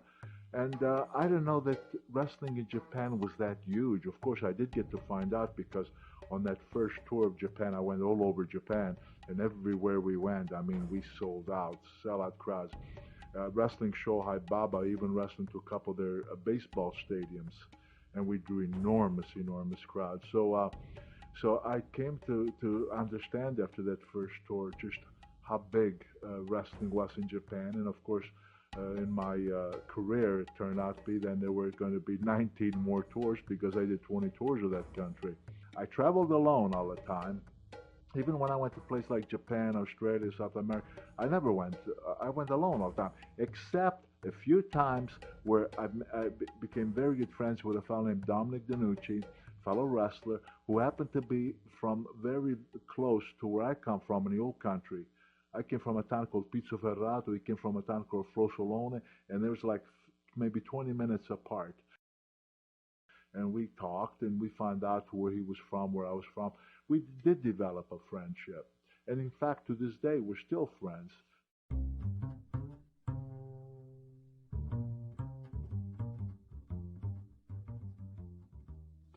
Ivan Koloff, I had great respect because in his heyday, in his prime, this was a guy who weighed almost 300 pounds.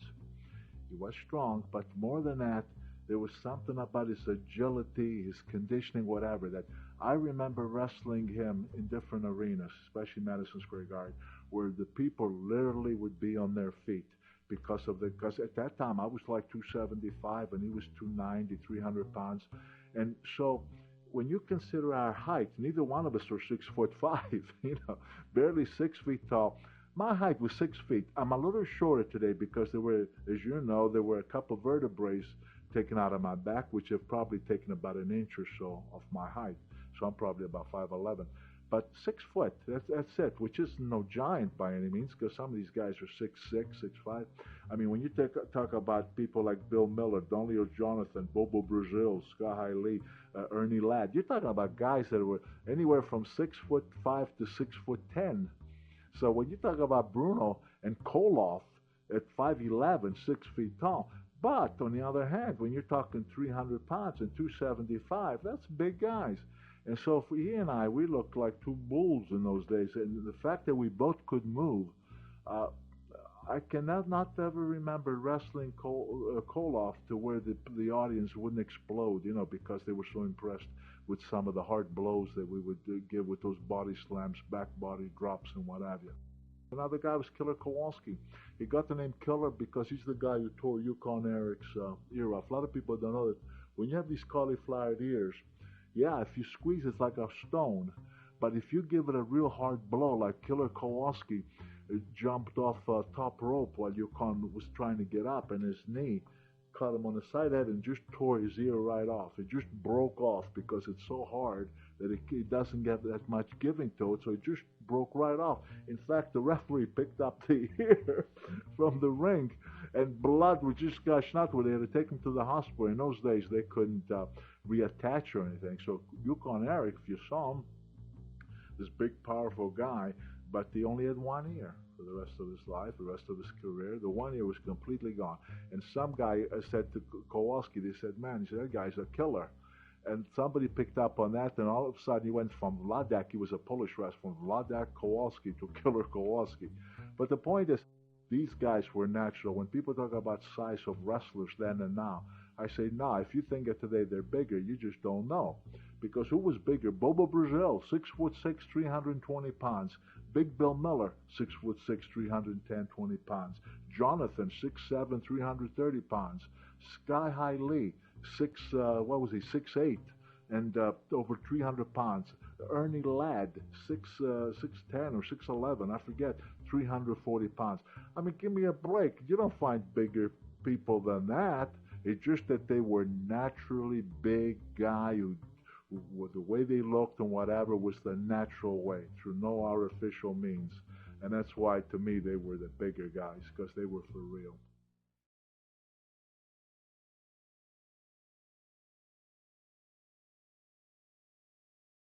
We're talking about, you have your main event, you have your semi-main, in other words, another match that was considered to be of top caliber wrestlers. But then you had the fill-ins, and the fill-ins were just what we called preliminary guys, undercard guys, just preliminary boys that they were just to fill in the time to get to the big matches, and that's basically what they roll with.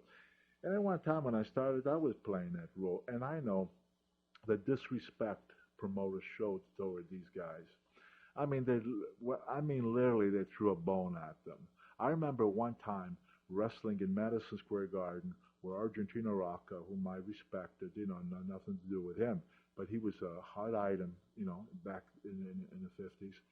And he was on the main event in Madison Square Garden. In fact, he wrestled the guy that I eventually took the title from, Buddy Rogers. Now, this is when I first started, okay? And they had a terrific gate. The gate was very good at that time.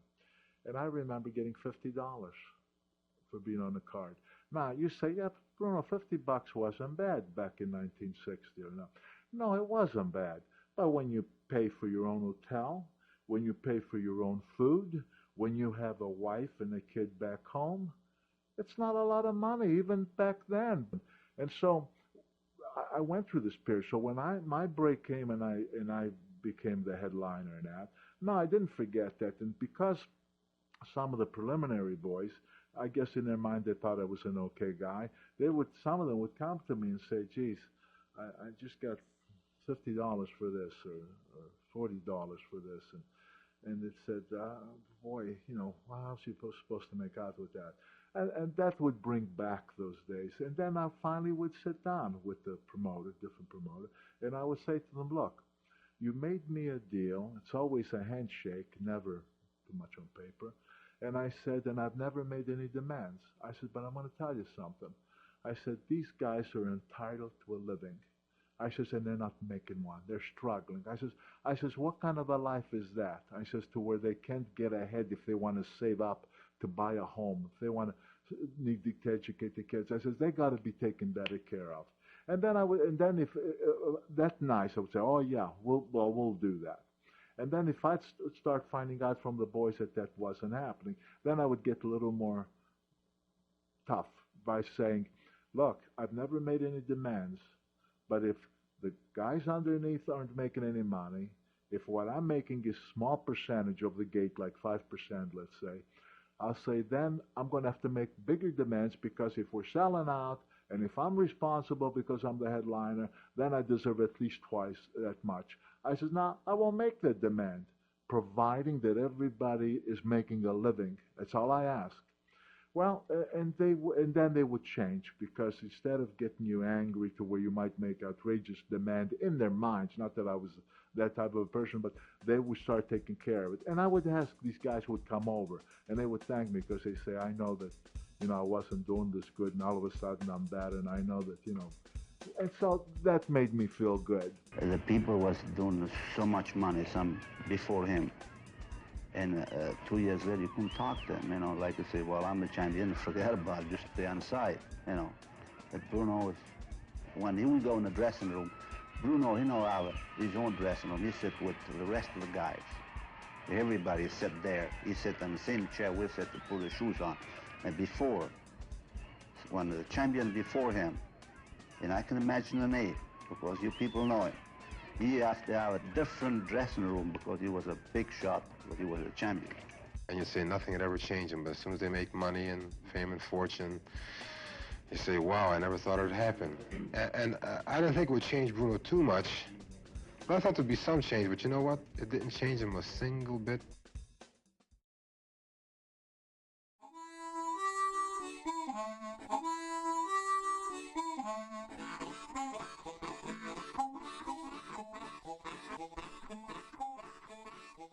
Remembering where I came from, never forgot that.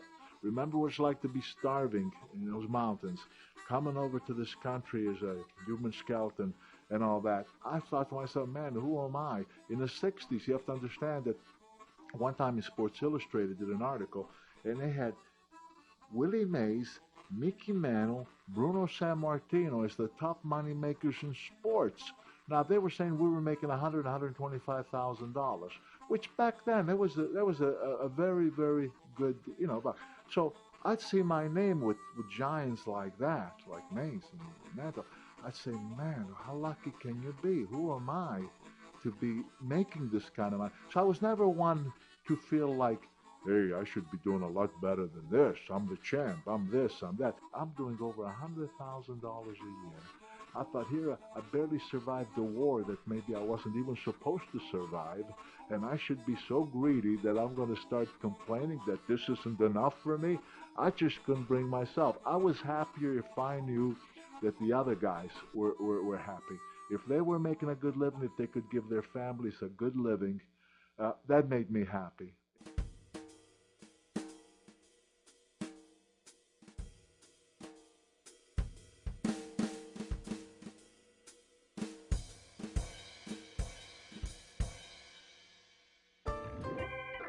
Being on the road all the time, especially when you become the headliner and you're headlining in Madison Square Garden. At the time, they had the big marquee, Sammartino, Bruno Sammartino versus so-and-so. I mean, that was very good publicity and good notoriety. You're on television all the time. So what happens, for example, in my case in New York, one night I'm wrestling in Madison Square Garden. A policeman came over and he said to me, Bruno, he says, Jolie Rizzo wants to see you. He's outside. I said, Jolie Rizzo? Who's Jolie Rizzo? I didn't know who Jolie Rizzo was. But, I came outside because, I didn't like to snob anybody. I really didn't. So I came out and I see this guy, a well-looking gentleman. Well, he looked like he was a somebody, the way he was dressed and so forth. And he introduced himself. He said, Bruno, he said, I'm Jolie Rizzo. He said, what are you doing tonight? And I said, what do you mean? He says, well, I have a club here, Julie's. He said, I would love for you to come with me to the club. And he said, and don't worry about transportation or anything. And I said, well, he says, I said, we have a restaurant there and the whole bit. And I said, okay. So afterwards I went. I don't know who Jolie Rizzo is. Well, not long after that, I'm finding, when I got there, first of all, I see the kind of clientele he had. I met some movie stars were in there and some well-to-do people. And I thought, wow, And then I find out that he's Sinatra's right-hand man, Jolie Rizzo. They had been together for many years. He was literally Sinatra's right-hand man. And then, he was very nice with me, very, very nice. And he said to me, he said, I like you, now you know my place. He says, because he said, I really like to watch you wrestle, number one. And number two, he said, I've been watching you on television. He says, and I like the way you're proud of your heritage, the way you talk about, where you come from and that. He said, and that makes a lot of people feel real good. He said, a lot of Italians feel real good. So he said, I'd like you to meet some of my friends. I said, okay. So he said, you come here, what, every 3 weeks, once a month in the garden? I said, yeah. Sometimes 3 weeks, sometimes 4 weeks in the garden. Well, every time I'd come, I would get word that he was there, and afterwards he would go to Julie's. And all of a sudden, one week, he said to me, Bruno, he says, there's some real people I want you to meet. And I said, okay. When I get over there, my goodness, I look at the table. There was a special table in the back. It was never occupied, except when Sinatra was in town. And on this particular night, there was Frank Sinatra sitting there. His first wife, Nancy Sinatra, they were no longer married. but she was in his company along with the daughter, also named Nancy Sinatra, and another daughter, Tina Sinatra, and the old actor, well, he wasn't that old at the time at all, but I say now the old actor, Richard Conte, who had done a lot of movies, he was there, and I was kind of concerned even to open my mouth because I was afraid to, how do you approach these people? How do you talk to people like this? So I was quiet, polite, but I just observed, but I didn't, And that was that night. But then there were more nights to follow. Another night there was not only Sinatra, but Dean Martin, Sammy Davis were there. Another time Peter Lawford was there. I mean, Joey Bishop, another time with them. And I thought, oh my, wow. Always in awe. Then I started meeting some other people that they'd be with, And I even met some people that at the time I was so naive. For example, right at Julie's, where first time I met Sam Giancana. He was with the singer McGuire. And when I was introduced, I didn't know Sam Giancana. I never even heard the name. But Dorothy McGuire I knew because my wife and I had seen him at the Holiday House here in Pittsburgh, the McGuire sisters. And I was like, fan. I said, wow, Dorothy McGuire. And I'm saying, Miss McGuire, so nice to meet you. I was telling her how my wife and I, and Jilly's saying to me, Bruno, this is Sam Giancana. And I thought to myself, yeah, I said hi. I said, nice meeting you and that. But, well, of course, times later, I found out who Sam Giancana was. Just like another time in Long Island, I'm wrestling in Nassau Coliseum. And I kept having this gentleman keep telling me, inviting me to his restaurant. They had a beautiful restaurant in Long Island. And he said some people would love to meet you and this and that. And I always would have to make excuse because I had to get back to the city because the next morning I'm going someplace. But this one time, he knew that I was going to be in Madison Square Garden on Monday. And this is Sunday. So he said to me, look, after the matches, he said, we'll pick you up. He said, because I know you're going to be in New York tomorrow because you're going to be in the Garden. So he says, come and have dinner over our place because I have some people want to meet you, and then we'll take you back in the city. So they were very nice. They picked me up, and went to this restaurant. And the only thing I thought was weird was when we walked in the restaurant, it looked like a very classy place. And people were there having dinner and what have you. And then we went through. There was a wall, like a painting on it, but this wall opened up. And when it opened up, we went in, there was another room, and then closed that, but there was like a curtain between that wall and where the people were eating. There was something separating the two. I don't remember, because the whole thing was so puzzling to me. Anyway, when we went in there, what I noticed was that there weren't as many tables as the other place, but the tables were like, four. 4 here, 4 there, 4 there, 4 here, 4 here, 4 here. And then there was a table in the center for 2. And I seen this old gentleman. He looked like an old little guy.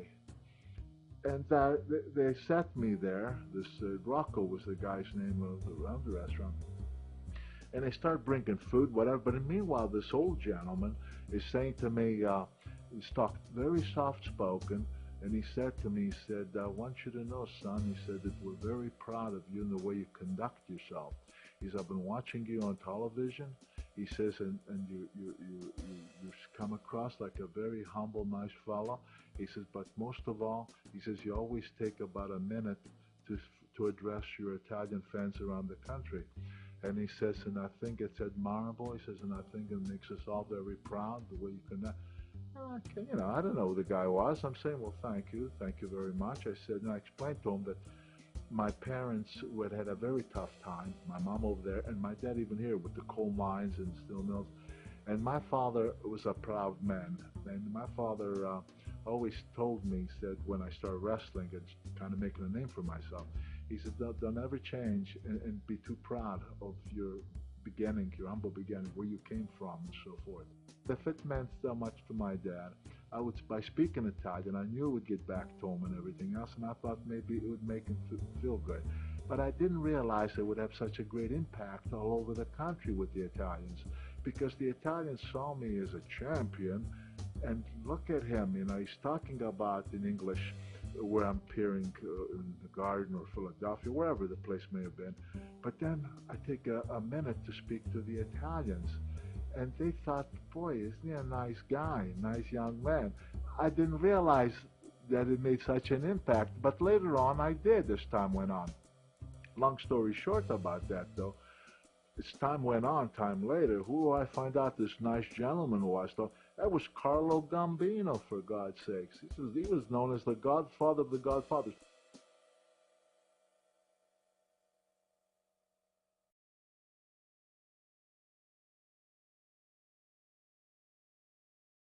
What do you like?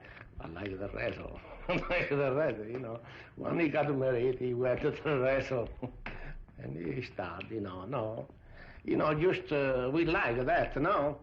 But we scared because he fly too much, That's what we scared. But for the rest, he done pretty good. We glad, he's champion of the world. Well, as you travel around the globe, you're traveling every single day, so mostly by plane, by car, in Japan by the bullet, as we call the train, whatever. And naturally, when you're constantly in that kind of a pace, like I was and so many others were, things happen. And in my case, actually, I was lucky because I could tell story of other people in my business. For example, a fellow that people might remember as Gene Dubuque. He was on a plane going from Las Vegas to Los Angeles, and the plane crashed and everybody on board got killed. And there have been others. There was a crash in the Carolina where a bunch of wrestlers, and some of them got killed. And there was another number of times. In my case, I've had close calls too, very close calls. I remember one time being in Brisbane in Australia, and I'm catching a plane to Sydney.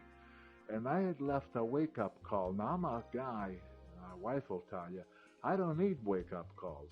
Here in the meantime, I found out that by having overslept and not getting this wake-up call, the flight that I was on took off in time, and as it took off, it exploded, and everybody in it was killed. So you talk about fate. I mean, here, I never need a wake-up call. That particular day, not only did I sleep late, but the wake-up call didn't come true. And I found out about it. I was shocked, but I still had to catch my next plane because I had to go to Sydney. But that stayed with you. That touched you a little bit. But then another time, I'm in Montreal, and I have to go to Philadelphia because we had TV there. And what happened is that in Philadelphia, the airport is closed because of fog. So there was no way I could get there. But the guy told me, he says, well, look at, he said, that's our last flight to Philadelphia. He says, however, you can fly to Boston, and there are 2 flights later on going to Philadelphia, so it'll still get you to Philadelphia. So, hey, if that was the way I could get to Philly, I'd do it that way. And I called up Philadelphia, the promoters, a guy named Phil Zacco. He was a good guy. I called up and I said, Phil, I said, I got problems. The airport in Philadelphia is closed. I said, I'm going to fly to Boston. And then from Boston, there are 2 flights later. Hopefully the thing will lift, and I'll get into Philadelphia. So I'm going to be a little bit late. He says, okay, he said, fine. He said, we should still be okay if you can get in by such a time, such a time. So I'm heading to the gate to go to Boston, and the agent, who had just, this change, he hollered, and he knew us because we were in and out of those airports so much that they knew most of us guys. And the guy hollers, hey, Bruno. I turned around and said, yeah. He says, he waved me to come back. So I come back. I said, what's the matter? He says, we just got the word Philadelphia lifted. So he says, we're gonna go through. Well, I said, okay. So we sat in the plane. Wow, the plane finally take off. When I land in Philadelphia, I take a cab, and I make my way to the arena in Philadelphia, in a place called 45th and Market, where we had the arena where we did our TV. When I went there, as I'm walking in, Phil Zacco, the very person I talked to tell him about who I was going to Boston, when he saw me, he jumped almost like he saw a ghost. And he looked at me like, real, and I said, Phil, what's the matter? What's the matter? He says, really you? He says, well, how did you get here? And I said, well, I flew in. He says, why? What's going on? He says, you told me you were going to Boston. I said, yeah. He says, well, that plane that you told me about crashed when it landed, and it blew up, and everybody got killed. I said, you got to be kidding me. And he says, well, how do you do? How'd you get here? I says, well, I was going to get that plane, and the guy called me back that the thing lifted here, or was about to lift, because it was clear, and they called me back and they put me on that flight. He says, oh my God, he says, everybody here is going to be shocked because everybody thinks you're dead. So that was another scary event that I thought, oh my God. And there was a third one where Danucci was with me, Dominic, I tell you about on this particular trip, and we were going through the train. And as we were traveling, he says, there's a lot of tunnels you go through. There's a lot of mountain areas over there. And you're going through these mountains, you know. And here we went through, and there was a train behind us. After we found out later as we got there that an earthquake, you got earthquakes in Japan all the time. It actually went right at that area where it created such a focus that it crashed this tunnel, and this train got crushed. And all these people, many people in there were all killed. And we had just gone through that tunnel just before that happened.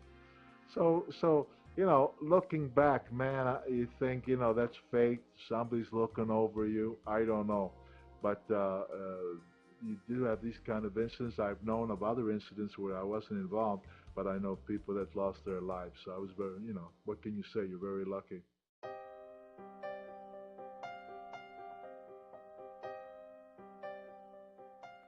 I had held the belt for 8 years.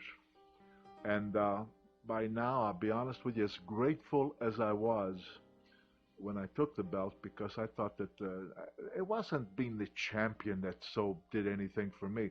What that meant to me was that now I made it to the top. And what it meant to me was that if I'm successful being on top and people accepting me, and that it was going to provide my family with some security in life. Because keep in mind, I'm not a college guy. I don't have any trades. I started out as apprentice carpenter, never finished, and I was never any good at it. So, you know, I was looking that if I was going to make the sacrifice of being away from the family and doing this for a living, all this kind of stuff, that it would provide me with some kind of security so that when I was washed up and done, that I could go on, you know what I mean, with my life, that I wouldn't necessarily have to depend on finding a job. And what am I qualified to do when I'm busted up from all the injuries and what have you? So I hope that this is what was giving me the comfort of being champion, not the idea that I was a champion. That didn't really do that much for me. But after 8 years of wrestling, the schedule that I was under was ridiculous. I mean, they had me on every single day. I'd come home 1 day a month. If I was lucky, I might get 2 days a month, all total. And I mean, you know, that was rough. My parents, like I say, were old, and I wanted to see them more. I want to spend time with my wife. I want to spend time with my son. So it was very, very rough, and I got to a point to where again, in those days, it's not like today where they make millions of dollars. We didn't make a kind of money at all. But I was trying to save enough money, buy the home, which we did, and I've been at the same home now for 40-some years, to put enough money, hopefully, for the kids to go to school, and try to invest some money so that when I'm all done, that hopefully it could give my wife and I enough funds that we could live our lives. That's all I ever wanted, you know. And so now as these 8 years had come about, I was hurting. I was hurting from head to toe, from my body just beaten me up. I was never one who would even take an aspirin for pain. If I had pain, I sucked it up, so to speak, and went in that ring with that pain. I remember breaking, my fingers are all busted. I would tape them together and still go in the ring. I mean, it was just, I had cracked ribs, and because I was the headliner, I would tell the promoter, and they'd say, geez, we have a sellout. If you don't show up, we're going to have to cancel the show, and blah, blah, blah. They would put you in a spot like that. So there were times when I'm not very proud of the fact that I tried to do the best I could as far as, I don't want the underneath guys to lose a payday because I canceled, therefore the show is going to be canceled. I tried to fulfill my commitments, but at the same time, sometimes I used to feel like because of the situation, I wasn't exactly my old self to where people who had paid the buck to see me, I would feel in my own head at least that they didn't get their money's worth. That used to bother me because the one thing I prided myself was I always kept myself in such shape that I went in the ring. I always wanted the feeling that when the people left that night, they said, man, that was really worth it. That was really great. And most of the time, it's exactly the way it was. But unfortunately, you ran into tough situations where, and so it became harder and harder. And then I came to the point where I felt like I don't belong here anymore. I am not in a situation to be what I was or what I could still be, but because of this and because of that, the back, the elbows, so many things that were bothering me, and I said, it's time to let go.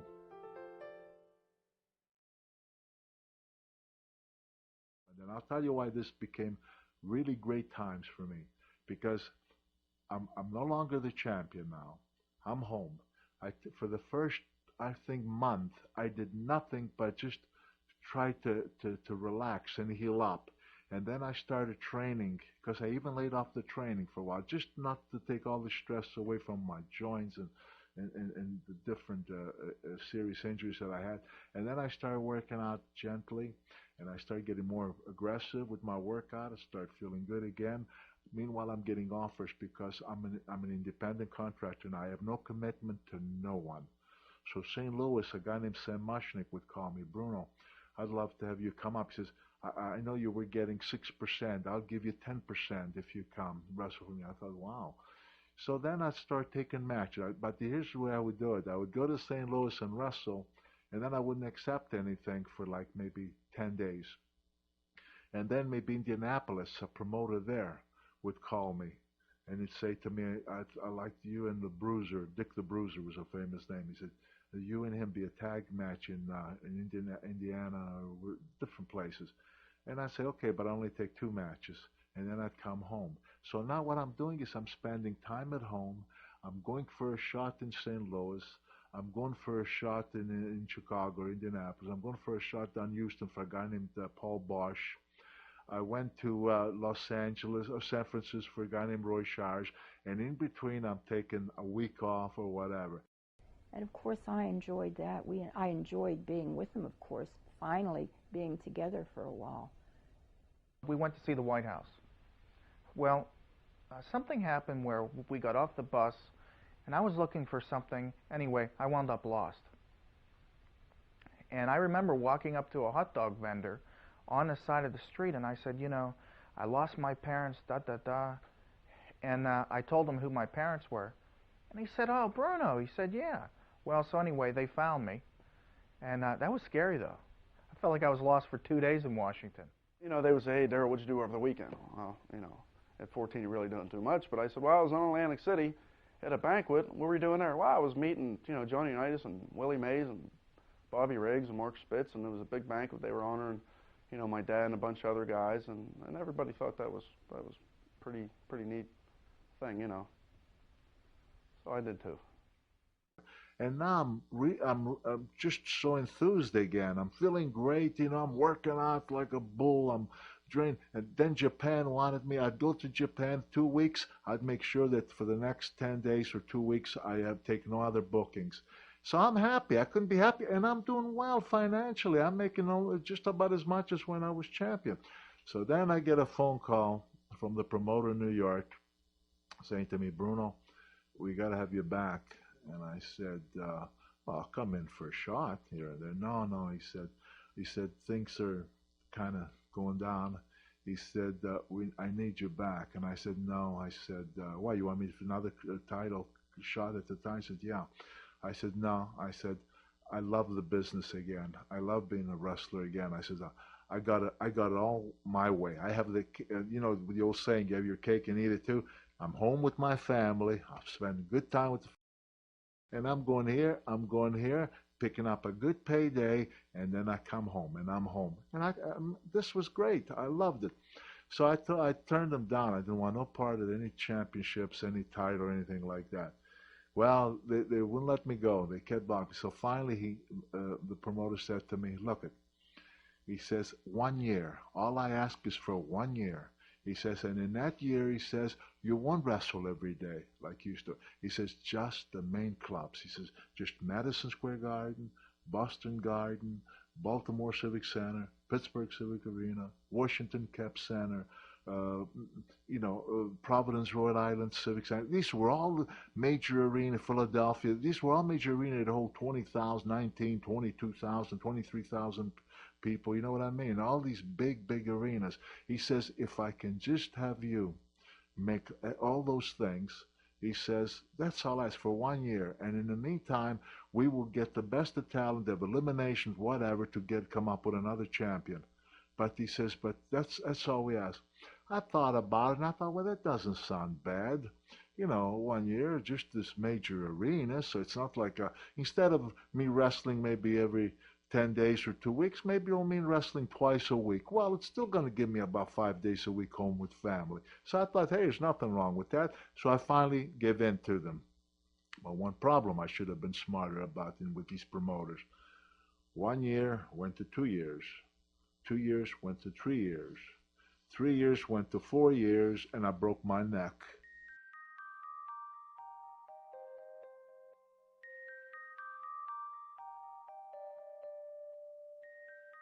The particular night then that I got hurt in Madison Square Garden, and they called the ambulance, Bernie Spiegel came he got on the ambulance, and he came right there with me at the hospital, along with a couple other people.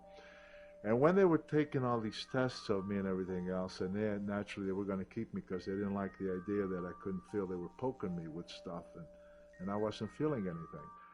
But the first thing that came to my mind, not so much my wife and my kid, even though, don't get me wrong, of course, they're my wife and my kid, but it was my parents, because my parents by now are in their upper 80s. And I thought, if my parents hear that I'm in New York with a seriously injured neck, because at the time I don't know how serious my neck, but I knew it was serious. Everybody knew it was serious. And I thought, they will die. I said, I can't have this. I have to get back. So they had taken some preliminary tests, and I remember the guy saying about the preliminary x-rays or whatever they did showed that the 6th and 7th cervical vertebrae were broken. And they said that this is very risky because it was pressing against the cord. That's why I couldn't feel anything. But if those bones cut the cord, I'd be paralyzed from the neck down. So they wouldn't release me. And I said to Bernie, I said, look, you're my lawyer. Get whatever it is that will take the responsibility off them, because that's what they're concerned about. I said, but I have to go home. I have to go to Pittsburgh. And meanwhile, there had been a phone call made to my wife, who in turn called my daughter, Civitrice, Dr. Louis Civitrice, and they were waiting for me in front of the hospital. And when I pulled up, I just left the car on the street light, and he was angry. He was very angry because he was a good friend. He was a good guy. And he was angry because didn't I understand the seriousness of this? They took me in, now they braced me up, they did all these kind of things, they put me in. Then, of course, they took all the tests and found out. He says, I came within a millimeter of being paralyzed from the neck down. But as risky and stupid as the whole thing may have been, the fact are that it did make the news, it was all over the news, and in Pittsburgh, all the stations were announcing it, that Bruno Sammartino suffered a broken neck and all this kind of stuff. My parents were brought over by my sister to the hospital so that they saw me, and but you should see what they had on me at the time. I had this gadget on me, it looked pretty lousy.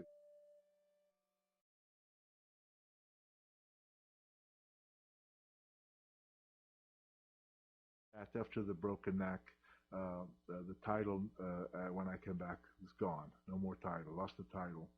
And I thought, now I'm going to retire. But then I stayed off a while and everything else.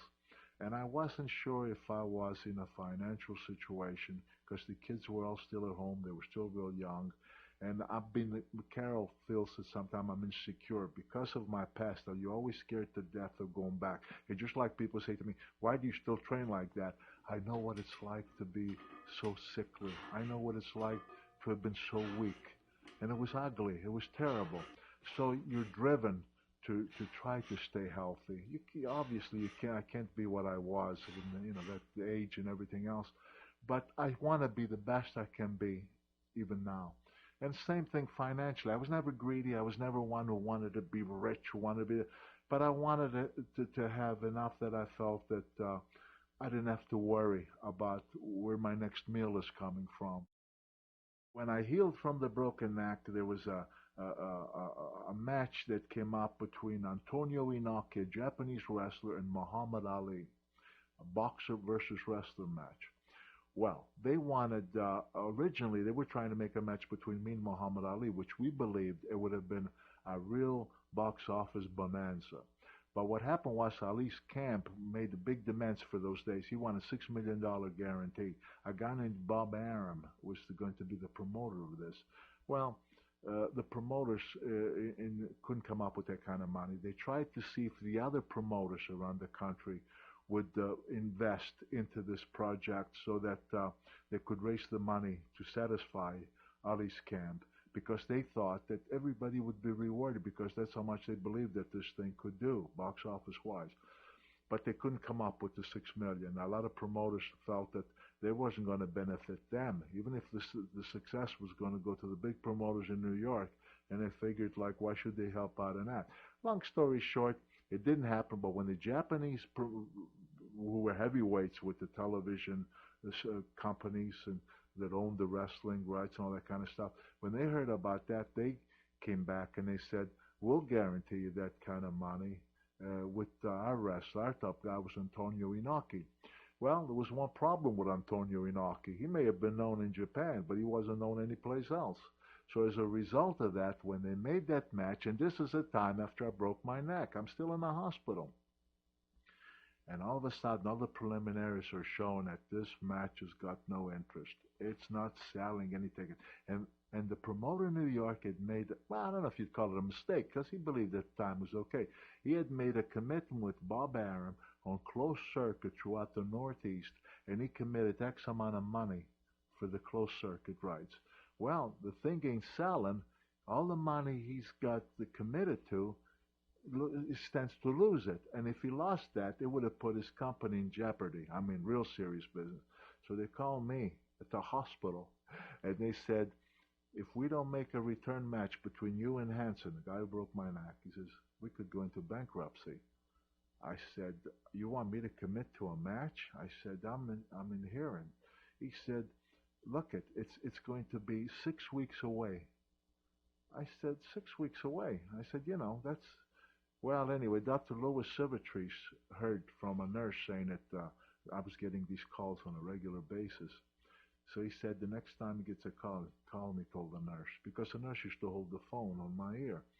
So they called Civitrice, and I'll never forget this. He picked up the phone and he said, he mentioned the promoter's name, and he says, let me say to you in layman's word that this man is suffering from a broken neck. We're not sure if he's going to be 100% as a functioning human being, and you're talking about a match? And like out of anger and disgust, he hung up the phone. Well, I get the call back, and he says, look, he said, Bruno, he says, if we don't make this match, we're in deep, deep trouble. We can protect you. He says, we can do something to where the referee gets involved, to where the match can be short and you won't get hurt. He's saying anything to get this thing in there to salvage it, because if we announce that you're going to come back and take on the man who broke your neck, it's going to bail us out. I'll tell you what kind of an idiot I was. I felt bad. I felt bad about this. I felt bad at the notion that I'm believing them, that they could put themselves in such financial stress that it could affect the industry, really that bad. So I said, let me see. I said, what kind of shape, what I'm going to be like. I said, I'll probably get out of here in a couple of weeks. I said, then it leaves 4 weeks. I said, let me see if I'm in any kind of shape that I can do any kind. So now that gave him hope. He says, well, I'm going to go ahead and announce the match. I says, well, I'm not guaranteed it's going to take place. He says, I have to announce it. We're dead. He announced it.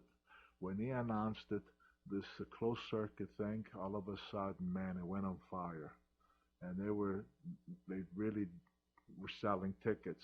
Now the question, my doctor, my family, they were mad. My gosh, they were all mad at me. Are you out of your mind? What is wrong with you? Are you crazy? So anyway, I said, I think I can pull this off. I really think I can pull this off. So I asked the promoter what my deal was going to be. He told me that they were going to give me 10% of the gate. This was going to be at Shea Stadium, by the way. But I was also promised that I was going to be taking care of all the closed circuit places, okay? There again, it goes to show you how people, they seem so grateful, but then when it comes to the bottom line, you find out what the people are what they are. Because I came in, sold out Shea Stadium. The match was real quick because what had happened was it never took place, because as soon as my opponent came, I started kicking him and punching him and the bloody nose and stuff, and the referee stops the match. And the match is over, and people didn't care. They loved it. They just loved to see Bruno back and that he was back again and so forth, and so they loved it, and nobody cared. They were cheering like crazy, even though the match lasted maybe 2 minutes, if that long. They were just thrilled to death. I couldn't believe it. My God, that place went wild. So then, I come back home, and I'm back for therapy and all this kind of stuff in my neck. And when I got paid, I got my 10% for Shea Stadium, but not one red cent from all the closed circuit places. And when I complained about it, the promoter said, well, Bob Arum wouldn't go for it. I said, well, if Bob Arum wouldn't go for it, why was I told in advance that it was going to be part of the deal? But that's the way it went. But at least I can say that I saved the day, because the thing really did well. And then after that, I didn't wrestle for a good while, but then I started taking a few matches here and there. Again, the promoters were calling me from all over. And then finally I thought, nah, it's time to get out. I said, I'm getting older now. I was in my early 40s. And they were building the Meadowland, the famous Meadowland in New Jersey. And this was going to be a big arena in the garden. It was going to hold 24,000 plus people. So they asked me if I would open it for wrestling. And I said, it was due at a certain date. I don't remember the exact date, but I said, yeah. And then what happened, they had construction delays. There were some problems going on. And now it's taking longer. And I committed to it, but I was getting frustrated because, long story short, it took about 7-8 months before the thing was finally settled and ready to go. I stuck around that long. I took some matches, St. Louis, Indianapolis, went to Los Angeles, and just the matches here and there, but I was spending most of my time at home. And then Japan found out that I was retiring, that this was going to be my farewell match after the opening of the Meadowland. This took place on October the 4th, 1981.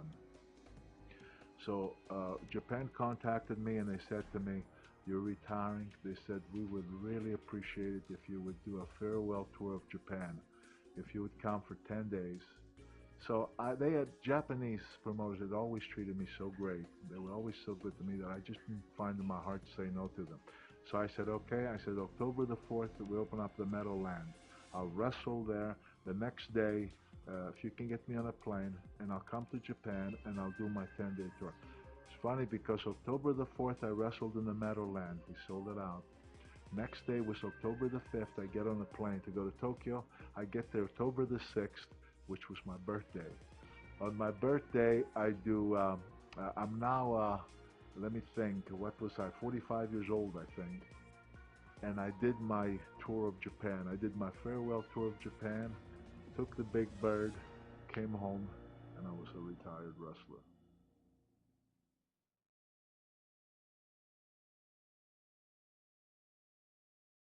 I come home, I'm a retired guy.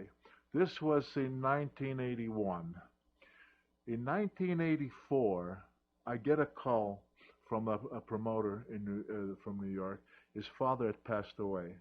He had died, and and he was taking over, and he asked me if I would come back.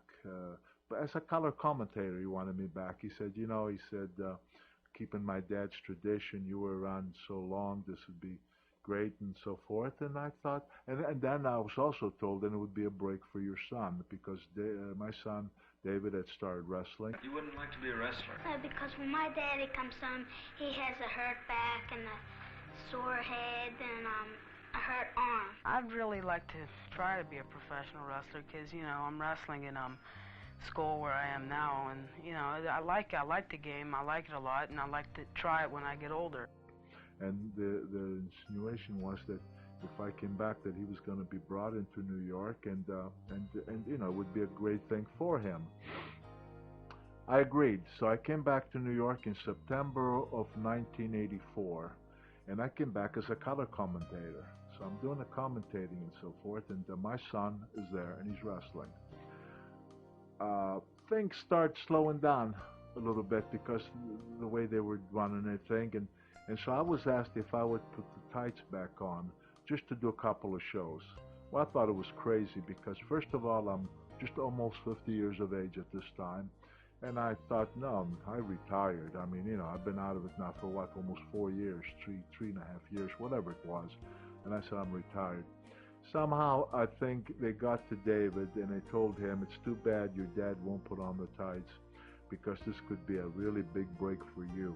Because if you and your dad, tag team here and there, Madison Square and Boston, blah, blah, blah, this would be great for you.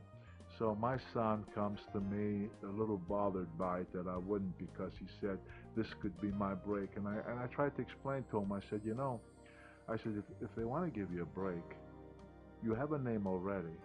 All they have to do is do like they do with so-and-so and so-and-so and so-and-so. Give you exposure on television, put you with opponents, make you look great, all this kind of stuff. I says, and that's how you get a break. That's how you get to the hell. He says, yeah, but with you, with the tights, they thought. And I said, no. Finally, I didn't want it ever, because what I was concerned about was, if things didn't go well for whatever reason for him, I never want him to look back and say what it might have been, if only my father, if only my father. So I agreed to put on the tights. But believe me, deep down to myself, didn't say too much to anybody, I was bitter, I was angry that I was put into this spot, okay? But at the same time, like I said, I don't want my son to think that I wouldn't, something could have been beneficial to him. So he and I wrestled as a tag team in Boston, in Pittsburgh, in Madison Square Garden. If I'm correct, I believe in Philadelphia and Springfield, different places. But what would happen was, after the matches that he and I had been scheduled to, then I would be back just strictly as a commentator, and David would be wrestling again. Well, then what would happen, wrestler would be distraught because he wasn't being, what he thought would come out of this tag team wasn't coming out, because he was like preliminary on a card. And so he would get very resentful of that situation, and he would go home. He was living in Georgia, and he wouldn't show up. And then I would get the call and say, well, he's scheduled here, and he's scheduled there, and he's scheduled there, and we can't reach him, and he can't reach him.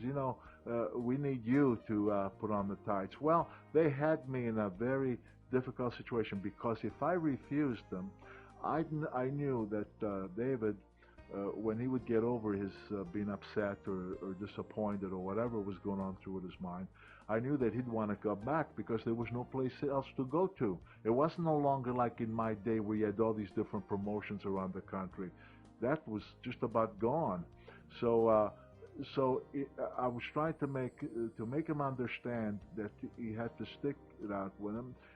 And for me to get him back, I would have to accommodate the promoter's request for me. So I'd put on the tights again, and I'd be wrestling here, I'd be wrestling there. Believe me, very resentful. I was deep down, I was angry. I was angry all over. I was angry with the promoters. I was angry with my son. I was angry because why should I be in this position at this stage of the game? And so when my son would come back, naturally they would take him back, because if they wouldn't take him back, they could never ask me then to put on the tights, you see.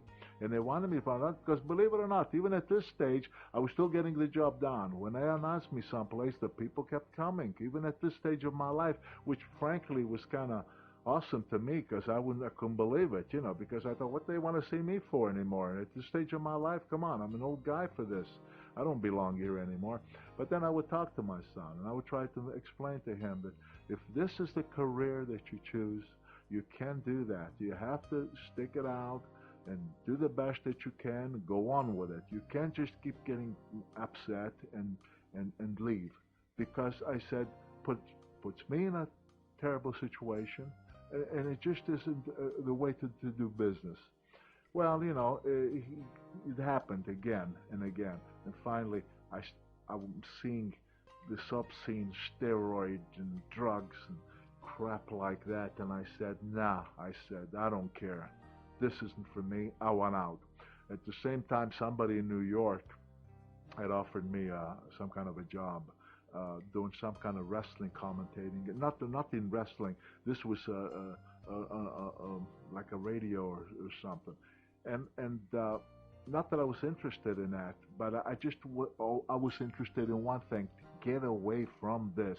I wanted out, and I told my son, I said, you know, you better do the best you can because I'm through. I said, I'm not going to be put in this position anymore. I'm not putting on the tights anymore. I'm through. So you have to make up your mind. If this is going to be your career, you just have to do the best you can. But I'm out of here.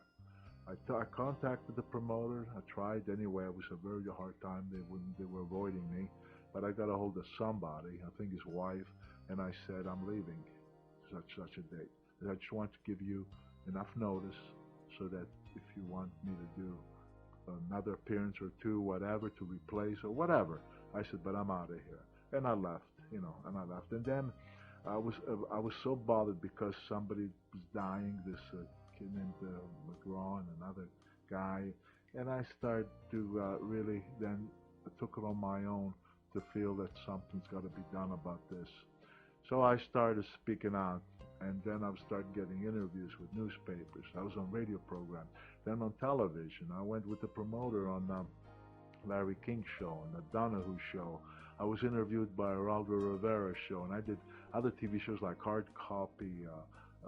What was some? I don't even remember a lot of those television shows, but I was in all of them, and I was really, really going all out because I wanted something to be done that would conduct some kind of testing, independent, not within the organization, but like maybe through the State Athletic Commission or maybe whatever, to try to curb the situation. But you know what?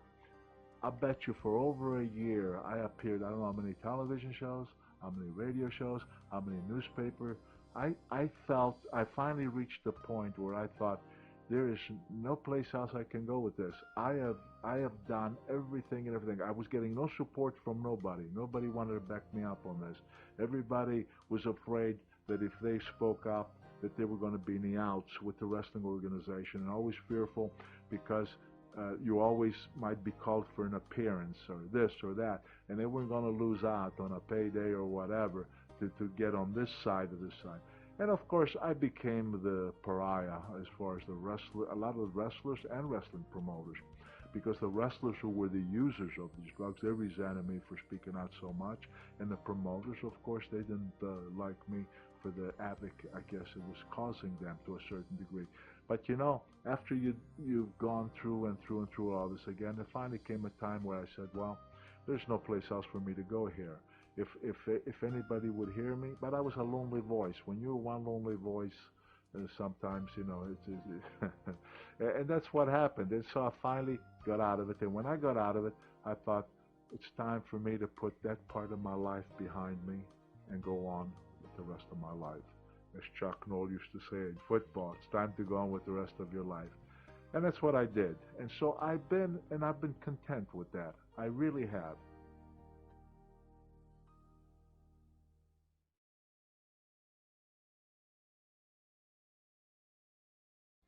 Now, every now and then comes up with this nonsense with the Hall of Fame. And how could I possibly accept a Hall of Fame when I have been so outspoken about all the what I consider the terrible things that have been going on in this business for such a long time, that now all of a sudden I'm supposed to forget about all that because, oh wow, I'm going to be into their Hall of Fame. To me, that's as hypocritical as you can get. If you believe in something, if you believe in it strong enough, then you have to stand by that. And if you don't stand by it, then you are a hypocrite. And so, first of all, but people say, yeah, but it's the Hall of Fame. Well, what is the Hall of Fame? To me, I run into situations where I make an appearance now and then where people come to me and they'll say things to me like, hey, Bruno, I used to really love watching you all those years ago. Or some people are younger, like maybe in their 40s, saying to me, man, you were a terrific role model for me. When I hear people talk like that, that to me beats any Hall of Fame. Because if you made that much of an impact on other people, that in some way you brought something positive in their lives, how big is that? So to me, I'm very at peace with where I'm at in my life. And as far as Hall of Fames,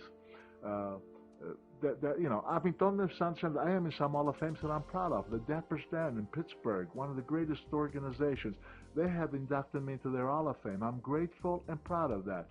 The Italian American Sports Hall of Fame, of course, I'm very proud of that. But these are honorable organizations that one can be proud to be part of. But when we're talking about the wrestling organizations that want to induct me, I loved the business when I was in it, but with everything that's come to it, everything that they've done to it, all the embarrassing and ugliness of it that has come about, that to me, to be into that Hall of Fame, I'd be ashamed of it.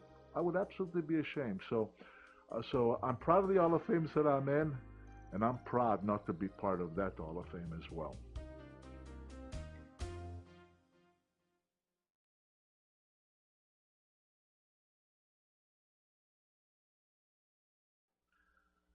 I retired. I'm at home.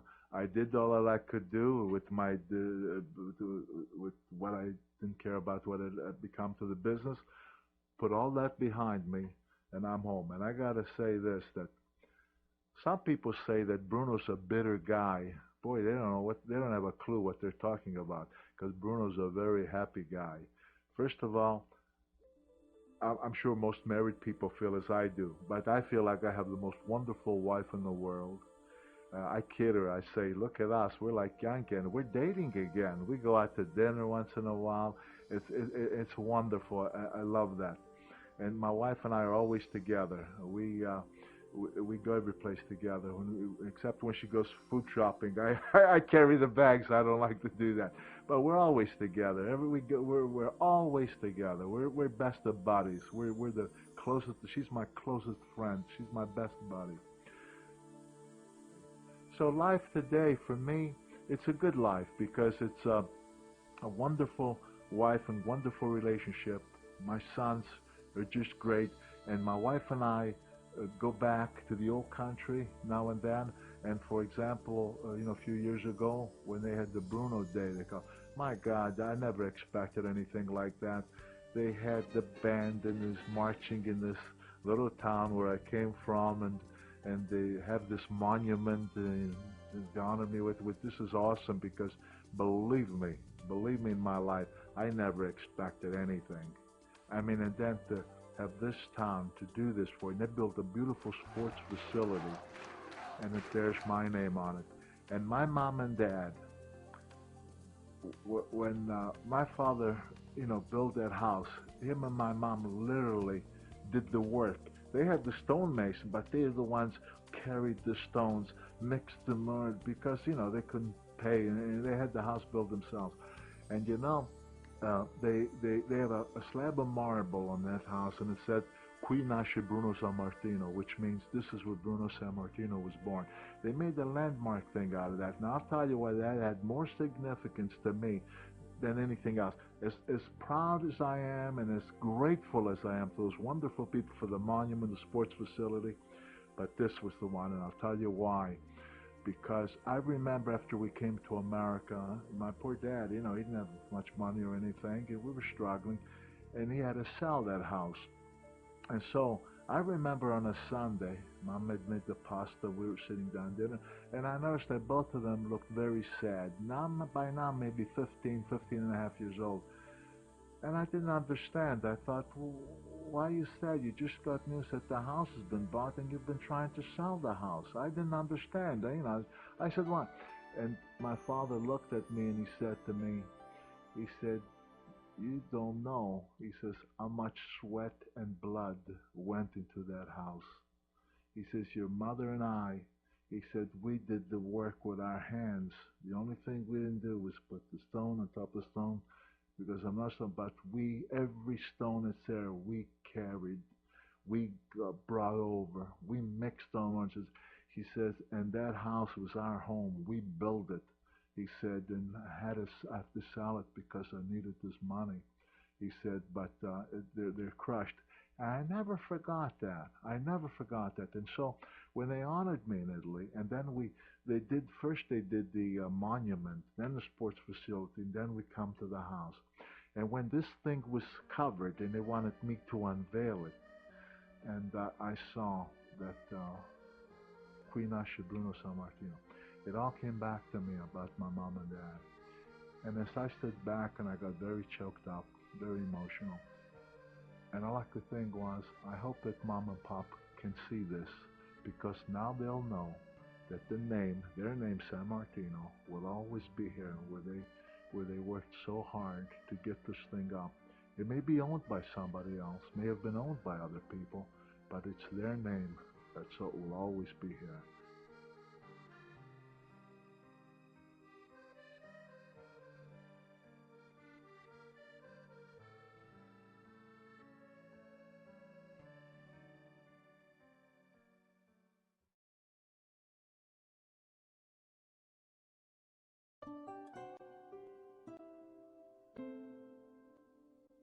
You know, Bruno and I were very, very lucky.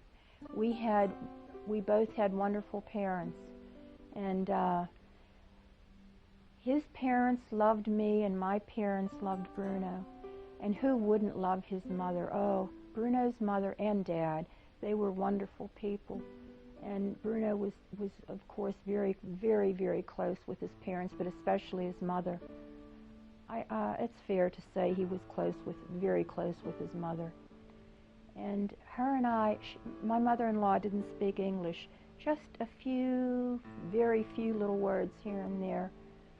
And she used to try to teach me little words. But even though we couldn't actually speak to one another, we got our points across.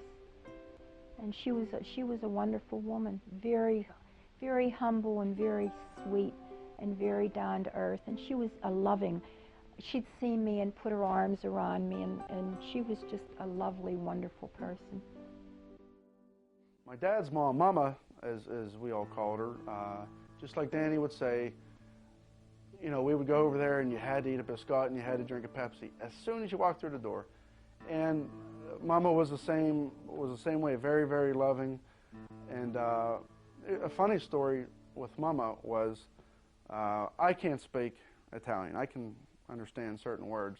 So we would be over there and Mama would be, you know, sit next to me, and I would look at Mama with my dad there, and I would pretend like I was talking Italian. I would start going like, hey, Mom. She'd be like, yeah, Dad. I'm like, and she thought that was I would just make it up. And she thought that was she would get such a kick out of it, and because I would see her keep laughing like that, I would keep going on with it.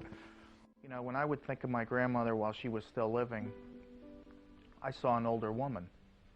And it's unreal to think, you know, at 50 years of age, when they were going through the war, that this woman would actually sneak down a mountain, take food from her own house, climb back up the mountain, get shot at, get stabbed. I mean, that's unbelievable what they went through. I think that's what made my father so tough, though, is because he did go through those hard times, and there was nothing that was going to ever be harder than that.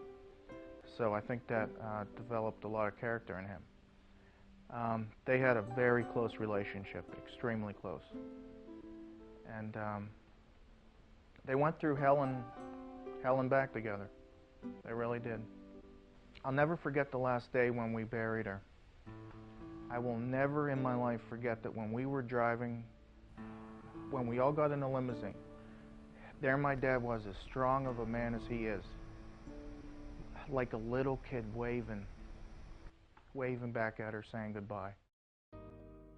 You know, I've been asked, what kind of an impact did my mom have on my life?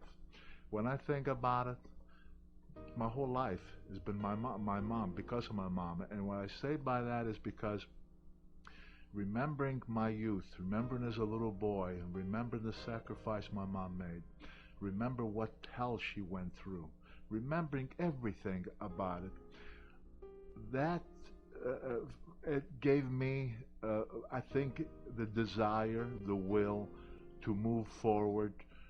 I think sometimes the discipline that I had through my workout, even through the pain when I was wrestling and all that, it was all due to my mom. Because one thing I know, that I would never dare complain too much, because no matter what agony I may have gone through, no matter, you know, pain and suffering or whatever that, I know that none of it could compare to the sacrifices that my mom made. And therefore, I always felt that, you know, anything and everything that I do, I absolutely want to be the best, because my mom was so proud of me. My mom was so proud whenever she would run into people and they'd say, "This is Bruno Sammartino's mother." And she was so proud, you know, and I thought, man, I never would want to do anything that would take away from that. And therefore, I think that most everything I did in my life, I would say I wanted to be that I know Mom would be happy about this. I know Mom would be proud about this. And I don't think I would do anything intentionally. I would not do anything that I would feel would have brought shame to my mom, dishonor to my mom, or anything like that. Because if I ever did that, God knows I'd be destroyed. Because if there's one person that I would never would have wanted to hurt in my life in any way, shape, or form, was my mom. Because I felt that if I lived 3 lifetimes, I could never compensate for all that she did to me. Because my mom, I've said before, she's given me 2 lives. When I was born, she gave me life. But I should have been dead. And I didn't die because of my mom.